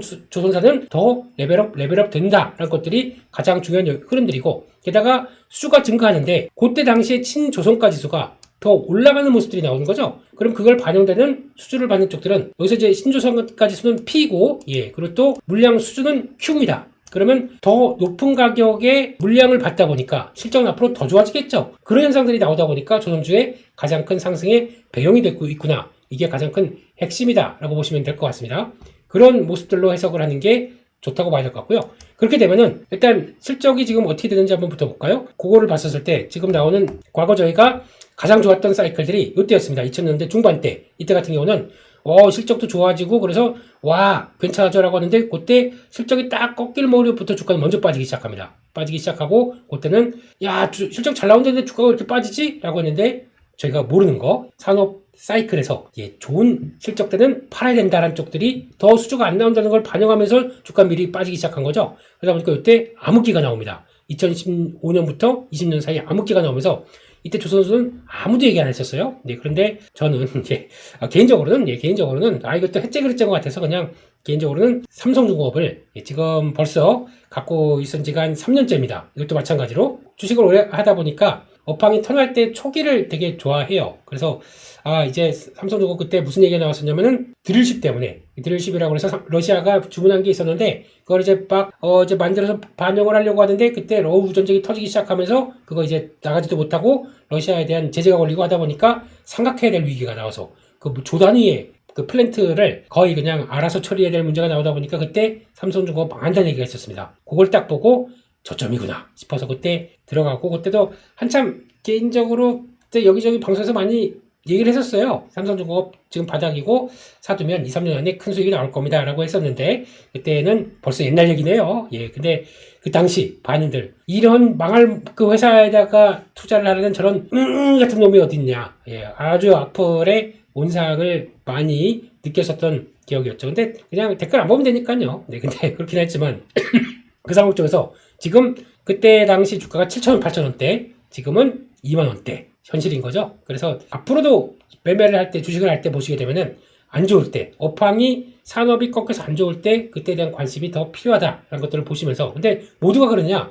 이거 되게 어렵습니다. 그걸 잘 견뎌야 되고 아무리 뭐 풍파가 오고 망할 것 같은 때 주식을 갖고 있다는 게 쉬운 일이 아니죠. 그런 쪽에서 봤을 때 그때보다 지금 오히려 앞으로의 실적은 훨씬 더 좋아질 거로 보는데, 마찬가지로 갔다가 이렇게 꺾이는 기조가 나온다 그러면 조선주는 뒤도 안 보고 던져야 됩니다. 근데 그런 기조 쪽에서 그럴 가능성보다 계속 사이클이 위로 갈 가능성이 높다는 쪽들은 일단 지금 최근에 수주한 거 보게 되면 높은 수주 단가로 수주를 한 거기 때문에, 그리고 한 2027년 8년까지 독이 이제 그때부터 이제 독이 좀 비어 있어요. 그러니까 지금 앞으로 3년 배를 건조하는데 2년 반, 3년 걸리지 않습니까? 그 사이에 또 지금보다 높은 쪽으로 수주를 받게 되면 아이고 우리 또 계속 또 실적은 좋아지겠네 라고 하는 기조가 그대로 가야 됩니다. 그게 핵심인데, 그럼 그럴 정도로 수주가 계속 들어와야 되겠죠. 그거를 또 앞으로 확인하는 게 가장 우선의 핵심이다 라고 보시면 될 것 같고, 거기다가 매출액이나 지금 뭐 영업이익은 이제 과거보다는 훨씬 더 좋아질 거로 보고 있기 때문에 지금 주가는 그때 수준보다 더 뛰어내는 게 맞는 것 같게 보는 게 지금의 현상인 거죠. 그래서 가장 중요한 건 지금 나오는 실적은 중요하지 않습니다. 절대 중요한 거 아닙니다. 수주가 제일 중요합니다. 수주 산업이기 때문에 그럼 수주가 계속 고가로 반영되느냐 여부만 계속 체크하는 게 조선주의 가장 큰 핵심이다 라고 보시고요. 그런 쪽에서 또 한번 볼까요? 그러면은 지금 물량을 보았었을 때 지금 대박 고가 물량 이렇게 표현을 하셨네요. 그러니까 2023년, 24년 그때는 당연히 성과가 계속 올라가기 시작하다 보니까 고가에 수주받은 거죠. 그게 비중들이 앞으로 2026년, 27년 가게 되면 그 비중이 훨씬 더 늘어납니다. 그럼 실적은 더 좋아질 거란 근거가 되는 부분들이겠죠. 거기다 플러스 알파 지금 보시게 되면은 물량들이 쭉 반영되다가 지금 2028년 가게 되면 비어 있어요. 왜 그런지 아십니까? 독이 비어 있는 거죠. 수주받은 게 일단 없다. 근데 여기를 뭘로 채워지느냐? 이제 이게 가장 큰 관건입니다. 그러니까 지금 현재는 2025년, 앞으로 3년 뒤에 가게 되면 지금 받았던 고가 물량들 다 수주를 받고 선주들한테 다 보내고 그럼 돈 받고 그럼 끝. 그런데 여기 뭐가 안 채워지면 조선주는 아마 2026년 7년 가게 되면 그냥 급락이 나옵니다. 잘못하게 되면 여기에 얼만큼 채워지느냐의 관건이죠. 근데 걱정 마. 채워줄 거 많아. 그게 지금의 현실인 거죠. 뭐가 그러느냐라고 봤었을 때, 그러면 지금 보게 되면 앞으로 수주 모멘텀은 이걸로 채워줄 겁니다 라고 시장이 바라보고 있는 거죠. 그게 뭐냐? 첫 번째로 마스가라고 얘기 많이 나오는 거죠. 우리가 미국에 군함도 만들고 미국의 전략성단이라고 있습니다. 전략성단이라는 게 뭐냐면은 미국 같은 경우는 조선업이 있긴 있어요. 있는데 노조도 강하고 거기다가 생산성도 떨어지고 하다 보니까 거기다 배를 맡기느냐, 아이고 차라리 그냥 내가 직접 만드는 게 낫지, 이런 정도로 좀 생산성이 많이 떨어져 있습니다. 그런 상황 쪽에서 미국이 지금 필요한 거는 중국하고 경쟁하려고 하게 되면 배가 지금 형편없이 노후됐고 제대로 또 건조도 안 되고 하다 보니까 잘하는 한국과 손을 잡아야지. 물론 다른 나라하고도 할 수 있습니다. 가장 큰 경쟁자는 이제 중국이다 보니까 중국 조선소는 지금 엄청난 성장을 이끌어가고 있고, 거기다가 중국이 왜 조선업을 이끌느냐? 핵심은 인력을 많이 쓰는 상황이에요. 중국 같은 경우는 국가가 차원에서 1위와 2위를 또 통합을 시켰죠. 그래서 이거를 효율적으로 만들고 대규모 사람을 많이 쓰는 작업 쪽으로 바꾸기 위해서 좀 주도를 하는 모습들이 좀 나오죠. 그러다 보니까 그렇게 되면은 중국 정부랑 연결된 산업, 그러다 보니까 거기서 미국은 그런 거 상당히 싫어하고, 그러게 되면 중국에 대해서는 압박을 계속 할 수밖에 없다 보니까, 그렇죠. 그래서 미국에 항구에 들어올 때 중국 선사 아니면 중국 배는 중국의 선사나 중국에서 만들어진 배는 수수료를 걷겠다 하는 게 그런 입장이겠죠. 그런 걸 보게 되면 그런 압박을 하는 가운데 우리 거 키워야 될 거 아닙니까, 미국은? 근데 조선소는 좀 엉망으로 돼 있고, 그러다 보니까 잘하는 나라, 조선 잘하는 나라 보게 되면 그 다음에 한국이 있고 일본이 있어요. 그래도 그나마 동맹국입니다. 근데 일본은 일본도 명맥은 유지하고 있어요. 그래서 좋은 원천 기술을 갖고 있는 것도 많습니다. 일본이. 그런데도 불구하고 일본은 노후화가 많이 됐습니다.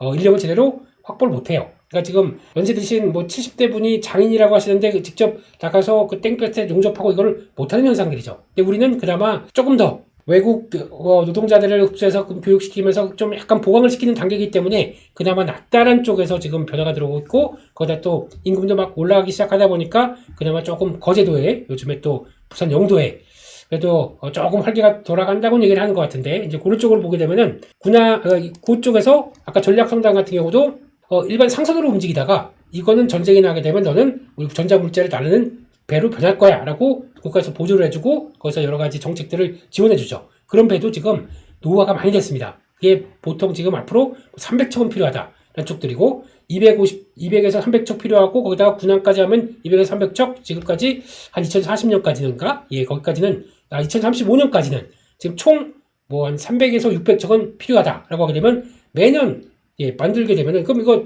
앞으로 지금 2025년부터 10년 동안 만약에 지금 300척을 만든다. 그래도 지금 매년 그러면은 30척씩을 만들어야 되는데 그게 가능할까요? 못하다 보니까 지금 이거 지금 한국이 다 할 수 있겠어? 라는 얘기 나오다 보니까 그거라도 어떻게 좀 하려고 준비가 들어간 과정이죠. 그게 그러면 우리가 대형 선사들 말고도, 대형 조선사 말고도 중소형사까지도 열심히 힘을 합쳐서 만들어내겠습니다. 그걸 가지고 지금 먼저 만들고, 아직까지는 존 액트법이라고 하는, 지금 미국에서 운항하기 위해서는 미국에서 건조된 배가 있어야 된다라고 하는 법들이 있다 보니까 거기에 맞추기 위해서는 우리가 모듈을 만들고, 그러니까 지금 반건조한 상태에서 미국에 가서 뭐 필리 조선소나 이런 쪽에서 건조를 끝내게 되면 그 법에 위반되지 않습니다. 그런 쪽으로 나가는 거죠. 그런 쪽으로 나가게 되면 수준은 계속 들어올 수 있겠다는 쪽들이 가장 큰 강점이고, 그리고 만약에 이제 군함까지 만들게 된다 그러면 평균적으로 군함의 밸류가 30배 이상으로 넘어요. 그렇게 됐었을 때 그것까지 차지한다라고 하게 되면 우리 조선사가 그렇게 비싼 게 아니겠죠. 그런 쪽에 변화가 나올 수 있겠다라고 하다 보니까 예, 이런 그러니까 그런 밸류가 좀 올라가는 거고, 게다가 MRO 같은 경우도 마찬가지죠. 군함과 같은 경우 유지 보수하는 것들, 또 LNG선, 이것도 미국이 지금 열심히, 미국의 정책은 화석 연료를 강화시키는 정책이지 않습니까? 그렇기 때문에 이번에 무역 협상에서 관세 협상을 통해서도 보여줬듯이 지금 관세 올리기 싫으면은 우리 LNG 사가라, 이게 가장 큰 조건이었지 않습니까? 그러다 보니까 다 뭐 앞으로 10년 뭐 5년간 1,000만 달러, 몇백만 달러 이런 식으로 다 계약을 해버렸죠. 그러면 미국은 우리 LNG 빡 쭉 뽑아내려고 합니다. 그럼 뭐가 필요할까요? LNG는 그냥 퍼다가 공기 중에 날아가면 다 날아가는데, 그러다 보니까 액화를 시켜야겠죠. 그리고 그걸 가지고 저기 수출해서 기항지 가게 되면은 거기서 이제 다시 액화를 했던 거를 다시 기화를 해야 되고, 그러다 보니까 그런 과정들이 나왔을 때는 터미널도 필요하고, 그런 액화하는 시설도 필요하고, 배도 필요하고, 그런 설비 투자, 그리고 배 이렇게 필요하겠죠. 그 배 LNG선을 누가 잘합니까? 한국인 거죠. 네, 그런 쪽에서 LNG선 수주가 많이 나올 수 있겠다. 근데 이게 단순하게 그런 것뿐만 아니라 카타르가 있죠. 또 중국 주변 국가 쪽에서 카타르, 사우디아라비아 위에 딱 붙어 있는 나라 카타르가 있는데, 카타르 같은 경우도 약간 중립적인 입장인데 거기서 우리도 LNG가 많다 보니까 거기서 이제 수출하겠다는 쪽들이 나오면서 거기서 이제 뽑아내게 되면 또 국가가 보유해야 될 LNG선들도 늘어날 수밖에 없다 보니까 거기서 나오는 발주들도 지금 또 하나의 대기하고 있는 상태고, 이런 것들을 보게 되면 LNG선은 아시다시피 거기 그냥 배 보게 되면 둥그렇게 해가지고 도명식으로 해서 거기다가 다 집어넣는 배가, 그러니까 큰 배 중에서 한 4개 이렇게 떡 다 있고, 그러니까 안에 액화된 LNG가 들어가 있고, 그걸 가지고 나중에 기화시켜가지고 다시 이제 실생활에 쓰는 거 아닙니까? 발전도 하고 난방도 하고 그런 거 아닙니까? 그런 쪽으로 보게 되면 중동 쪽의 모멘텀도 만만치 않고, 그러다 보니까 LNG선 모멘텀은 좀 되겠네 라는 쪽들이고, 아까 말씀드렸듯이 플랜트, 이게 뭐냐면은 수출 터미널, 수입 터미널 쪽으로 보게 되면 액화 기화하는 그런 설비들 같은 경우가 이제 플랜트로 갖춰져 있어요. 그렇게 되면은 그거 관련된 쪽들, 또 여기서 LNG를, 그러니까 천연가스를 추출할 때 나오는 그 설비들 같은 경우도 해양에서 부유식으로 떠 있다든가 이렇게 되게 되면 이거 다 잘하는 회사가 일단 알려지기는 뭐 삼성중공업 알려져 있죠. 그러다 보니까 그게 또 기반이 돼서 움직인다라고 하게 되면 이것도 하나의 변화다 라는 쪽으로 볼 수가 있는 거겠죠. 그러다 보니까 이런 사이클이 돈다라는 관점 쪽에서 조선주는 일단 지금 관심이 높은 거고, 시장에서 많이 올라왔다라는 쪽으로 보시면 되는데, 그러면 많이 올라오다 보니까 주가는 올랐지만 이게 더 갈 것이냐, 이게 핵심인 거죠. 아까 보셨듯이 수주가 계속 확인되게 되면은 그거에 따라서 주가는 레벨업 될 수 있다라는 쪽으로 보게 되면 계속 관심을 갖는 게 맞겠다라고 보고 있고, 그러다 보니까 조선 기자재족 같은 경우도 실적 사이클이 올라오다 보니까 같이 쭉쭉 올라오기 시작해요. 왜냐면 잘 보세요. 조선을 이제 우리 계약을 했습니다. 그러면 우리 배를 만들기 위해서 필요한 게 뭐지? 후판도 필요하고 거기 들어가는 그 선원들의 집 같은 거 있을 거 아닙니까? 그리고 거기 들어가는 만약에 LNG 선이다. 그러면 LNG 그 액화시킨 거를 딱 감쌀 수 있는 보냉제가 필요하고 이런 또 들어가는 그 관들 있지 않습니까? 피팅 밸브 필요하고 이런 식으로 나오게 되면 가장 핵심적인 거 배는 엔진이 있어야 될 거 아니에요. 그 지금까지는 그 벙커 CU, 뭐 디젤 엔진도 아니고 벙커 CU라고 해서 그 원유를 정제했을 때 저 시커먼 그 하급 그걸 쓰다 보니까 이산화탄소가 거의 무지 그냥 빽빽하게 나올 수밖에 없겠죠. 그거를 바꾼다는 쪽에서 이제는 좀 친환경으로 바꾸자. 영해 저 바깥에서는 뭐 태평양 중간에서는 그냥 이런 거 써도 돼. 하지만 지금 배 기항지 쪽 근처로 왔을 때 항구로 들어오게 되면 그거 막 뿜고 있을 수 없지 않습니까? 그렇기 때문에 그거는 쓰지 말고 차라리 LNG로 쓰든가 아니면 그거 말고 암모니아를 쓰든가 이런 식으로 해서 청정 연료로 바꿔서 그거를 써라. 그러면 엔진이 두 개가 필요하겠죠. 한때는 벙커 CU를 쓰는 거, 또 하나는 그런 청정 연료를 쓰는 거. 그러면 이중 연료 추진 엔진이 필요한 거겠죠. 그러다 보니까 엔진도 지금 그런 쪽에서 아주 큰 변화가 도래해야 한다라는 쪽들이죠. 그러면 성과도 올라가는데 엔진 값도 그러면 떨어질까요? 전혀 안 떨어지죠. P와 Q가 같이 올라가다 보니까 엔진사가 이렇게 주가가 잘 가는 겁니다. 이런 쪽으로 보게 되면 지금 먼저 수주받고 그 필요한 것들이 있게 되면은 건조하는 과정 쪽에서 큰 설계하고 큰 배 만들고 그 다음에는 이렇게 다 됐으니까 큰 뼈대 만들어. 그 다음에는 야 이거 주문해. 그러면 시간이 좀 걸리겠죠. 그러다 보니까 그 고가에 만든 배를 건조하는 과정 쪽에서 시간 텀으로 이제 실적 사이클이 돌아오는 게 조선 기자재주다. 그러다 보니까 요즘 그렇게 뛰는 게 다 그런 이유입니다. 그런 쪽에서 봤을 때 일단 가장 대표적인 종목으로 보게 되면은 HD현대 중공업들이 이제 제일 중요하겠고 거기다가 또 중요한 게 한화오션 같은 경우겠죠. 한화오션 같은 경우도 최근에 주가 보게 되면 지금 가다가 주춤하면서 이렇게 쭉 눌림목이 들어와 있는데 이런 것들도 보면은 반도체 때문에 다 관심이 글로 가다 보니까 잠깐 주춤하는데 이런 때가 기회겠죠. 이런 때를 보면서 대감시는 될 것 같은데 근데 이런 때도 한화오션의 가장 큰 약점 중에 하나는 또 보시다 보면은 그런 게 있죠. 이게 아직까지 산업은행이 그때 대우조선해양 때 지분을 어려울 때 들어가서 지분을 갖고 있는 게 있습니다. 지금 보면 산업은행이 지금 15.2%를 갖고 있네요. 그렇게 되면은 요 지분 같은 경우도 계속 블록딜로 나올 수가 있겠죠. 그때 블록딜로 나오면서 주가가 뭐 할인으로 넘어가다 보니까 그래서 출렁인다. 그때가 기회입니다. 그런 것들을 노려보시면서 혹시 어차피 산업은행은 투자한 자금을 회수해야 돼요. 그러다 보니까 계속 그런 식으로 회수하려고 딜이 나올 겁니다. 그럴 때마다 출렁일 때, 그럴 때가 기회다라는 쪽에서 한화오션은 그런 때를 찾아가시는 게 좋을 것 같고요.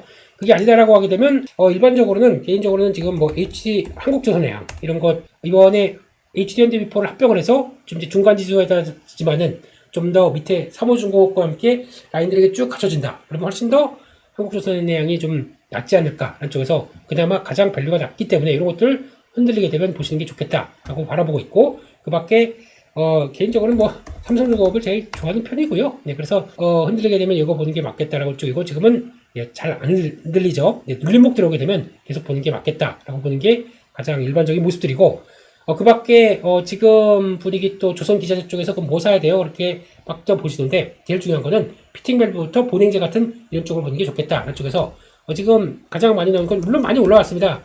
서광밴드 같은 경우도 주가는 갔다가 막 변동성이 되게 크죠. 왜냐면 좀 많이 올라와서 그래요. 조금 주춤한다. 그러면 이런 것들도 관심을 갖고 보는 게 맞겠죠. 그런 쪽에서 뭐 가다가 이런 중요한 지지권까지 들어온다 그러면 그럴 때 접근하는 게 맞겠다라고 봐야 될 것 같고 보냉제 쪽에서는 뭐 한국카본 물론 동성화인텍 이런 회사가 있다고 하더라도 한국카본 대표적인 회사 이것도 마찬가지로 보게 되면 많이 올라왔어요. 그러다 보니까 조정 나온 건 지금 조정이 나온다. 그러면 그때를 이거 올랐으니까 빠진 애가 아니라 어느 정도 실적에 대한 기반이 받쳐주겠네라고 보게 되면 그때가 기회가 되겠죠. 그런 쪽으로 바라보시는 게 좋을 것 같고 또 하나 그냥 다른 거 보지 마시고 HD, 현대, 마린 엔진 이런 거 같은 경우 엔진이지 않습니까? 엔진 회사 같은 경우 꾸준히 올랐어요. 이것도 많이 올랐죠. 지금 이제 10만 원대가 되어 있습니다. 이건 지금 월봉으로 보면 그렇지만 아니 언제 저렇게 올라갔어? 이게 예전에 STX 중공업이었죠. 네, 그러면서 인수를 해서 HDND 현대 중공업 엔진 사업부가 가동률이 100%가 넘어가는 것을 떨어뜨리기 위해서 같이 인수를 해서 그 다음에 현대 중공업 사업부는 줄이고 이쪽은 가동률이 올라가고 하게 되면 수혜를 많이 받겠죠. 그런 쪽에서 나오는 변화다. 이거는 좀 눌림목 들어오게 되면 반도체가 막 가면서 약간 이쪽에 좀 매물 나오기 시작한다. 그러면 오히려 기회가 될 수가 있기 때문에 그런 걸 활용한다. 라는 측면 쪽으로 보시는 게 가장 좋지 않을까 생각을 하고 있습니다. 이 자리 쪽에서 뭐 오리엔탈 전공이나 KSP 아니면 지금 뭐 케이프 그래서 약간 엔진 부품 회사들도 같이 막 부각을 받아요. 근데 그거 막 그 강하게 올라가는데 따라가는 것도 나쁘지는 않고 지금 고가가 또 조정받고는 또 고가가 아닐 수 있다고 생각합니다. 근데 그런 것보다는 그런 쪽에 지금 집중하는 것보다 큰 그림을 가려가는 게 더 좋지 않을까 싶기 때문에 지금 여기서 또 뛰어 올라가서 사는 건 반대. 어느 정도 조정이 나온다. 지난번에 한번 강하게 움직이다가도 조정이 한번 나오지 않습니까? 그런 자리대 들어가서 또 한번 좀 조정이 나온다. 그러면 그렇게 보시는 게 훨씬 낫지 않나 하는 생각 쪽에서 조정을 노리자라는 관점은 충분히 대응할 수 있겠다. 이렇게 말씀을 드리도록 하겠습니다. 여기까지 해서 말씀드렸고요. 저는 또 다음 섹터로 뵙도록 하겠습니다. 네, 이번 시간에는 원자력 얘기를 좀 해볼 텐데요. 원자력도 한때 또 뜨거운 종목이고 뜨거운 섹터고 하다 보니까 관심이 높았다가 이제 또 고점에서 좀 올랐다고 조정을 쭉 받다 보니까 시장에서 많이 오른 거 아니야? 이거는 안 되는 거 아니야? 라고 하는 여러 가지 노이즈도 나오면서 좀 확신이 또 약간 좀 그만큼의 자신감이 많이 떨어지는 섹터로 좀 나오는 것 같습니다. 특히 말씀드렸던 반도체가 강하게 되면 나오는 현상, 그동안 많이 오른 건 좀 주춤주춤 그리고 또 매물 나오고 또 반도체가 강해지는 현상 때문에 약간 피해를 받는 섹터라고 봐야겠죠. 그럼에도 불구하고 기본 아이디어 펀드멘탈이 지금 훼손되느냐? 아니라고 하게 되면 계속 관심은 가져야겠죠. 그런 쪽에서 원자력, 노이즈를 넘어갈 수 있을까? 이거는 좀 보셔야겠죠. 가장 중요한 거는 원자력이 부각받기 시작한 거는 그때부터입니다. 전력이 부족한 시대, 전력이 부족해요. 원래 산업이 계속 발달하면 발달할수록 전력 같은 경우는 더 많이 소요가 될 수밖에 없다 보니까, 그리고 또 전력 부족에 대해서 고생을 많이 했던 때가 언제였냐면 그때였습니다. LNG를 러우 전쟁을 통해서 LNG를 딱 잠가버리는 러시아가 나오다 보니까 그런 쪽에서 LNG 가격들이 쫙 올라가게 되면 그때 어떤 현상을 겪었냐면은, 그러면 유럽 같은 경우는 동유럽 쪽들의 국가들 같은 경우는 파이프로 연결해서 그냥 편하게 그냥 들어오니까 이거 가지고 발전하고 난방하고 했던 것들이 그때 그러다 보니까 이제 약간 이제 편하게 쓸 수 있다 보니까 아이고 우리는 친환경으로 가야겠어. 친환경이 대세야. 그러면서 신재생 에너지 그리고 또 전기차 이런 쪽을 막 육성하려고 계속 하고 있었는데, 그런 게 다 뭡니까? 전기가 필요하겠죠. 그리고 화석연료는 안 돼. 그리고 또 원자력 이것도 탈원전. 독일이 대표적인 국가였죠.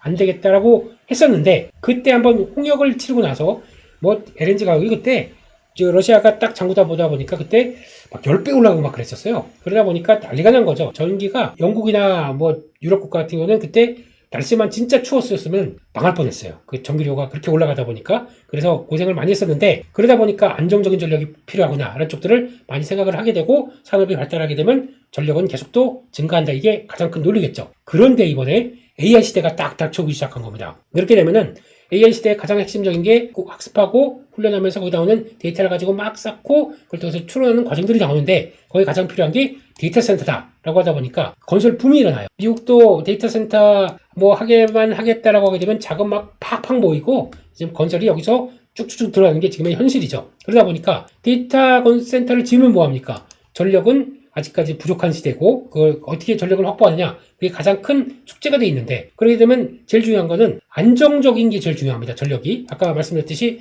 그나마 LNG라고 하더라도 쉽게 지을 수는 있다고 한다고 하더라도 가격에 따라서 확 분위기가 바뀐다.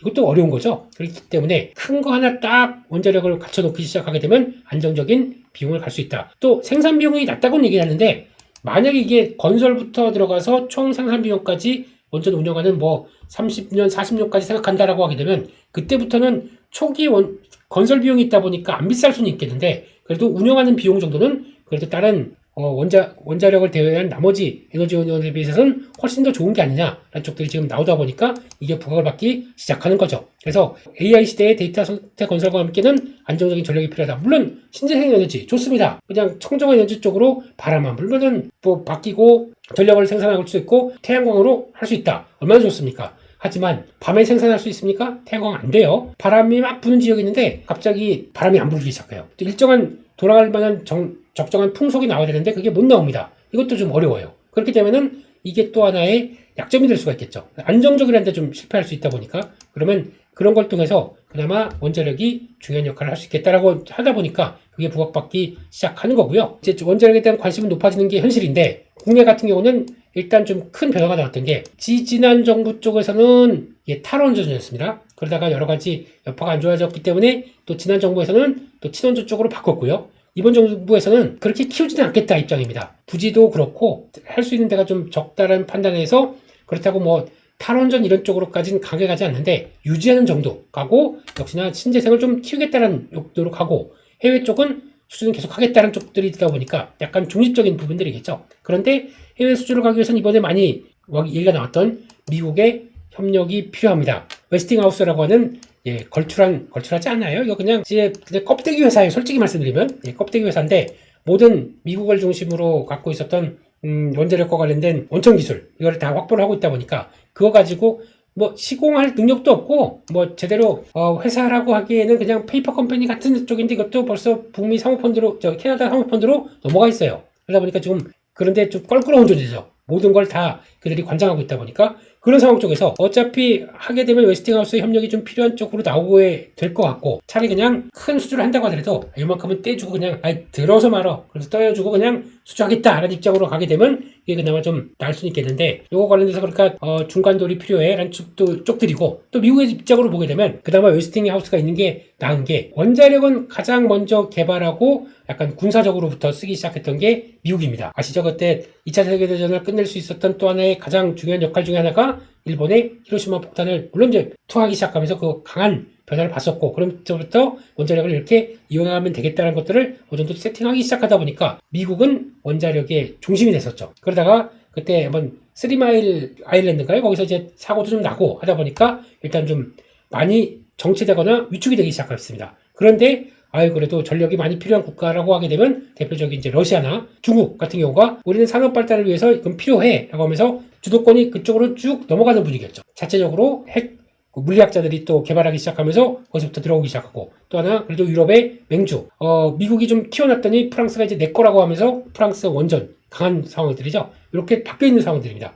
지금 프랑스, 일본도 있어요. 일본도 있고 했는데 일본은 후쿠시마 원전에서 그냥 초토화돼 버렸죠. 그러다 보니까 원전에 원자도 꺼내지 마라 라고 하다 보니까 산업이 완전히 죽었죠. 그러면 미국 입장 쪽에서 다시 뭔가 부활시켜야 됩니다. 그런데 러시아나 중국, no 그쪽과 상관없는 거고 프랑스 저 콧대 높은 유럽과 뭐 손을 잡겠습니까? 저거 no. 일본을 가려고 했더니 일본은 거의 그냥 그로키 상태. 그러면 한국밖에 없네요. 한국밖에. 그러다 보니까 한국에 이렇게 협력과 할 수 있는 구조가 만들어지는 게 그런 구조라고 봐야 될 것 같고 그 중간에 웨스팅하우스가 딱 결쳐져서 미국과의 여러 가지 압박들을 또 같이 만들어가는 주체로서 웨스팅하우스가 딱 버티는 거죠. 어쩔 수 없습니다. 힘의 균형으로 보게 되면 저거 띄워준다고 하더라도 그냥 수주하는 게 낫지 않을까요? 제로보다는 그래도 1은 안 된다고 하더라도 0.7이라고 하더라도 있는 게 받는 게 낫지 않을까요? 라는 쪽으로 보게 되면 앞으로 해야 될 일은 좀 그렇지만 그게 국제사회에 그런 것 같습니다. 힘없는 또 이런 여러 가지 상황인 것 같고 그런 쪽으로 봐야 될 것 같고요. 그런 쪽으로 봤을 때 미국의 에너지 정책으로 보게 되면은 그래서 지금은 화석연료와 원자력 쪽으로 좀 바뀌는 분위기죠. 그래서 신재생 안 돼 라는 쪽으로 나가는 모습들이고 그런 상황 쪽에서 지금 화석연료는 또 LNG 그리고 셰일 오일 뭐 이런 쪽으로 또 계속 주도를 하다 보니까 그런 쪽인데 원자력도 안정적인 전력 쪽에선 중요하다는 쪽에서 이번에 원자력 운용량을 행정 설명을 했었죠. 그리고 2050년까지 400기가와트까지 그러면은 지금 2030년까지 10기 원전 착공이 목표입니다. 그럼 앞으로 5년 동안에 10기를 착공을 하려고 막 준비하는데 그러면 뭐 계약한 회사들이 쭉쭉 나오겠죠. 근데 그 중에서 누구랑 하겠습니다 이렇게 하겠습니다라고 하는데 거기 한번 잠깐 볼까요? 그렇게 되면은 지금 원자력과 관련된 쪽의 업체들을 본다라고 하게 되면 일단 가장 이제 채굴 농축 우라늄을 농축해서 변환하고 이제 발전소로 들어가겠죠. 근데 그 중에 발전소 건설할 수 있는 회사 물론 미국에도 좀 있고 그래서 우리 회사만이 주로 있는 건 아니다라고 볼 수 있기 때문에 그렇다고 한다고 하더라도 이게 과점화 정도가 아직 2밖에 안 돼요. 근데 과점화 정도가 높은 쪽으로 보게 되면 기자재, 발전소 유지 정비 이런 쪽들은 우리 밸류체인들이 딱 자리 잡고 있습니다. 물론 미국 회사도 있고 일본 회사도 있습니다. 근데 아까 말씀드렸듯이 미국 회사의 효율을 생각한다. 생산성을 생각한다. 떨어지는 회사들이 좀 있고 일본은 아직까지 그만큼은 안 되다 보니까 그래도 뭘 딱 그 발전소 건설부터 유지 정비까지 쫙 가서 턴키식으로 딱 던졌을 때 잘하는 회사들은 한국에 다 모여있네요. 그러다 보니까 누가 뭘 수주하고 미국이 좀 끌어올리든 간에 발전소를 많이 짓는다고 한다고 하든 간에 그거 다 어디로 오겠느냐? 낙수 효과는 우리가 놀릴 수 있는 게 더 많다라고 하다 보니까 건설 쪽들이 건설부터 그리고 또 기자재 업체들, 주기기 업체들, 납품 업체들, 주기기, 보조기기 이런 쪽들 있지 않습니까? 다 강하게 부각을 받는 게 이런 현상이라고 봐야 되겠죠. 그래서 이런 식으로 연결시키는구나. 여기 또 들어오네요. 피팅 밸브가 여기도 들어오네요. 아하, 원자력과도 연결이 되는구나. 근데 뭐 과점화 정도를 봤을 때는 그렇게 독점적인 일이라고 보기는 좀 어렵기 때문에 그렇구나라고 생각하시면 되겠죠. 그런 쪽으로 봤을 때 지금 시장에서 가장 많이 나온 것 중에 하나가 요겁니다. 대형 원전과 그 소형 모듈 원전 SMR 요게 나오기 시작한 거죠. 스몰 모듈러로 된 리액터라고 하다 보면 차이가 그거 있습니다. 일단 이렇게 거대한 것과 이게 딱 하나 짓는 것과의 차이는 다 아시는 것처럼 기간은 규모는 당연히 차이가 나겠죠. 1500과 300, 5배 정도 차이가 나고 모든 게 비용이나 기간이나 출력이나 모든 게 5배 정도가 차이가 납니다. 그렇게 되기 때문에 비용도 5분의 1, 기간도 단축 5분의 1로 단축되고 거기다가 좀 가장 약점으로 보는 것들 이게 이제 바닷물이 필요해요. 냉각시키기 위한 냉각 쪽이 들어오면서 이어지다 보면 증기 발생이 하는 큰 구조가 하나로 딱 모듈화 돼서 압축되어 있습니다. 그렇기 때문에 그 바닷물과 같은 이런 해안 쪽에 있지 않아도 되고 하다 보니까 어떤 생산성은 필요한 쪽에, 그래서 전기 발전이나 난방이나 담수화나 그 필요한 쪽에 거기서 위치하게 되면 충분히 나올 수 있겠구나. 규모도 10분의 1 정도밖에 안 되다 보니까 더 그럴 수 있겠구나 라고 하기 때문에 다양한 장소에 건설할 수 있다고 하고 있고, 또 지금 떠오르는 게 이거보다 더 작은 거, SMR보다 작은 게 MMR입니다. 이게 마이크로 한 거죠. 이건 완전히 그냥 공장 옆에 딱 붙어 있어도 돼요. 지나가다 보면 뭐 위험이라고 써있겠죠. 근데 저게 원자로래. 그러면 저게 원자로, 무서운데? 라고 하지만 친화적으로 이거보다 더 작고 더 작은 발전 규모를 한다고 하더라도 이제 바로 그 원자력을 통해서 우라늄을 통해서 전기를 생산할 수 있다 보니까 그것도 앞으로 중요한 전력원이다 라고 볼 수 있겠죠. 미군 이게 진심입니다. 그러다 보니까 안전성을 볼까요? 그런데 자연재해가 있을까, 그 해안에 짓다 보니까 이런 쓰나미 같은 대형 지진이 나오게 되면 취약할 수밖에 없습니다. 그런데 안전성은 만 배가 높대요. 그래서 안에 이렇게 모든 게 다 들어가 있다 보니까 이것만 딱 차단시키게 되면은 그나마 그 안에서만 방사능 유출이 안 될 수 있기 때문에 이게 훨씬 더 안전성은 높다고 얘기를 합니다. 안전성만 보장받으면 이게 당연히 가는 게 맞겠죠. 그러다 보니까 SMR이 이렇게 부각받는다. 근데 더 중요한 거는 MMR, 이게 더 중요할 수도 있다고 저는 생각합니다. 그렇기 때문에 그런 쪽으로 나오고 있는 거고요. 그런 흐름으로 봤을 때 그러면 SMR도 부각을 받기 시작하면서 바로 6기가짜리 바로 SMR 건설을 추진하면서 이게 뉴스케일 파워죠. 이게 들어오기 시작하면서 또 시장에서는 관심이 높아지고, 저거는 수주 받았으니까 누구한테 들어올까 이거 기대하고 있는 거죠. 그런 쪽에서 아직 본격적인 수주는 우리는 들어오지 않았는데 생각해봐, 누구한테 가겠니? 이런 흐름이겠죠. 그래서 그런 흐름을 본다라고 하게 되면 대규모 수주를 했던 시공 밸류체인을 갖고 있었다 한쪽이고, 또 하나 중요한 게 원자력 해체 시장이죠. 아직까지 새롭게 또 뭔가를 해보려고 하게 되면 예전에 지어왔던 거 거기를 뭐 이렇게 다시 만들어서 이쁘게 단장해서 리모델링해서 다시 원전 가동 어렵습니다. 해체하고 다시 만들어야 됩니다. 그 해체 시장도 2027년부터 본격적으로 커지는데 우리도 고리인가요? 그 원전인가 그것도 해체가 이제 본격적으로 들어가죠. 그걸 이제 저희 경험이 있게 되면 우리 한 레퍼런스가 있기 때문에 우리한테 주세요. 이게 앞으로는 2027년 이후부터 시장 규모가 15조 정도 된다고 하더라고요. 그것도 나오게 되면 우리가 먹거리가 되겠다. 이것도 하나의 또 매력적인 부분들이겠죠. 그런 쪽으로 봤을 때는 일단 가장 큰 핵심은 전력 부족 사태에서 해결할 수 있는 쪽들이 뭐냐? 안정적인 전력입니다. 그러면 우리 말고 누구한테 할래? 그랬을 때 할 수 있는 국가가 별로 없다. 그러면 이게 가장 큰 그런 쪽에서 모든 노이즈를 안고래도 수주가 나오기 시작한다. 그러면 아까 말씀드렸듯이 수주 산업의 특성상 수주만 보이게 되면은 성과를 보일 수 있다는 게 가장 큰 자신감이겠죠. 그걸 보여준다라고 했을 때 두산 에너빌리티입니다. 그래서 많이 올랐어요. 주봉상으로 본다고 하더라도 가파르게 올라서 옆으로 횡보하고 있습니다. 지금은 그러면 그래 기대감은 있는데 그럼 수주가 진짜 나오니? 라고 해서 좀 기다리고 있는 거겠죠. 수주가 나오게 되면 다음으로 뛸 준비를 하는 거죠. 그런 쪽에서 일단 이게 끝났다라고 보시는 분들도 계시고, 그래서 일단 뭐 기대감이 있는데 충분히 안 나오게 되면 저거 밀릴 거야 라고 보시는 분들 계시고, 여러 가지 논리가 있다고 하더라도 제가 보기에는 이론상, 그리고 또 생각을 해봐도 우리 말고 주된 흐름을 할 수 있는 국가가 없다고 하게 되면 혹시나 대안이 나오게 되면 그때는 또 다른 얘기가 되겠지만, 그런 쪽에서 또 그렇다고 해서 지금 뭐 신재생으로 막 돌아가는 그런 분위기도 아닐 수가 있기 때문에 지금 역시 관심을 가지는 게 맞겠다. 근데 딱 이럴 때는 갖고 계신 분들은 아마 올라올 때마다 좀 줄여놓고 좀 트레이딩을 할 준비 하시는 게 좋을 것 같아요. 왜냐면 지금 올라간다가 박스권 안쪽으로 들어온다, 한 6만, 한 7만원대 근접까지 들어온다 그러면 그때는 줄여놓고 다시 밀려서 기대로 7만감 들어온다 그러면 6만원대 무너진다 그러면 또 사놓고, 그래서 왔다 갔다 하는 전략들이 일단 좋을 것 같다 쪽인데, 그 큰 아이디어가 무너지느냐 그것만 보면 되겠죠. 이상이 없다 그러면 여전히 원자력 쪽들은 계속 관심 있게 보는 게 맞겠다 한쪽으로 보시면서 흐름들을 쫓아가시는 게 훨씬 더 좋겠다, 이렇게 말씀드리겠습니다. 여기까지 해서 원자력까지 지금 4개 정도의 시장 얘기들을 저희 신사임당 시청자 여러분들과 여러 가지 얘기를 한번 해봤습니다. 이런 좋은 기회를 주셔서 너무나 감사드리고요. 또 기회가 되면 저희 레몬리서치 김민수 대표는 또 기회와 함께 주어주시는 대로 또 열심히 또 시장에 대한 얘기들을 풀어볼 생각으로 있고요. 또 많은 투자 아이디어들을 받아갈 수 있도록 저도 열심히 노력을 하도록 하겠습니다. 여기까지 해서 마치겠습니다. 시청해주셔서 감사합니다.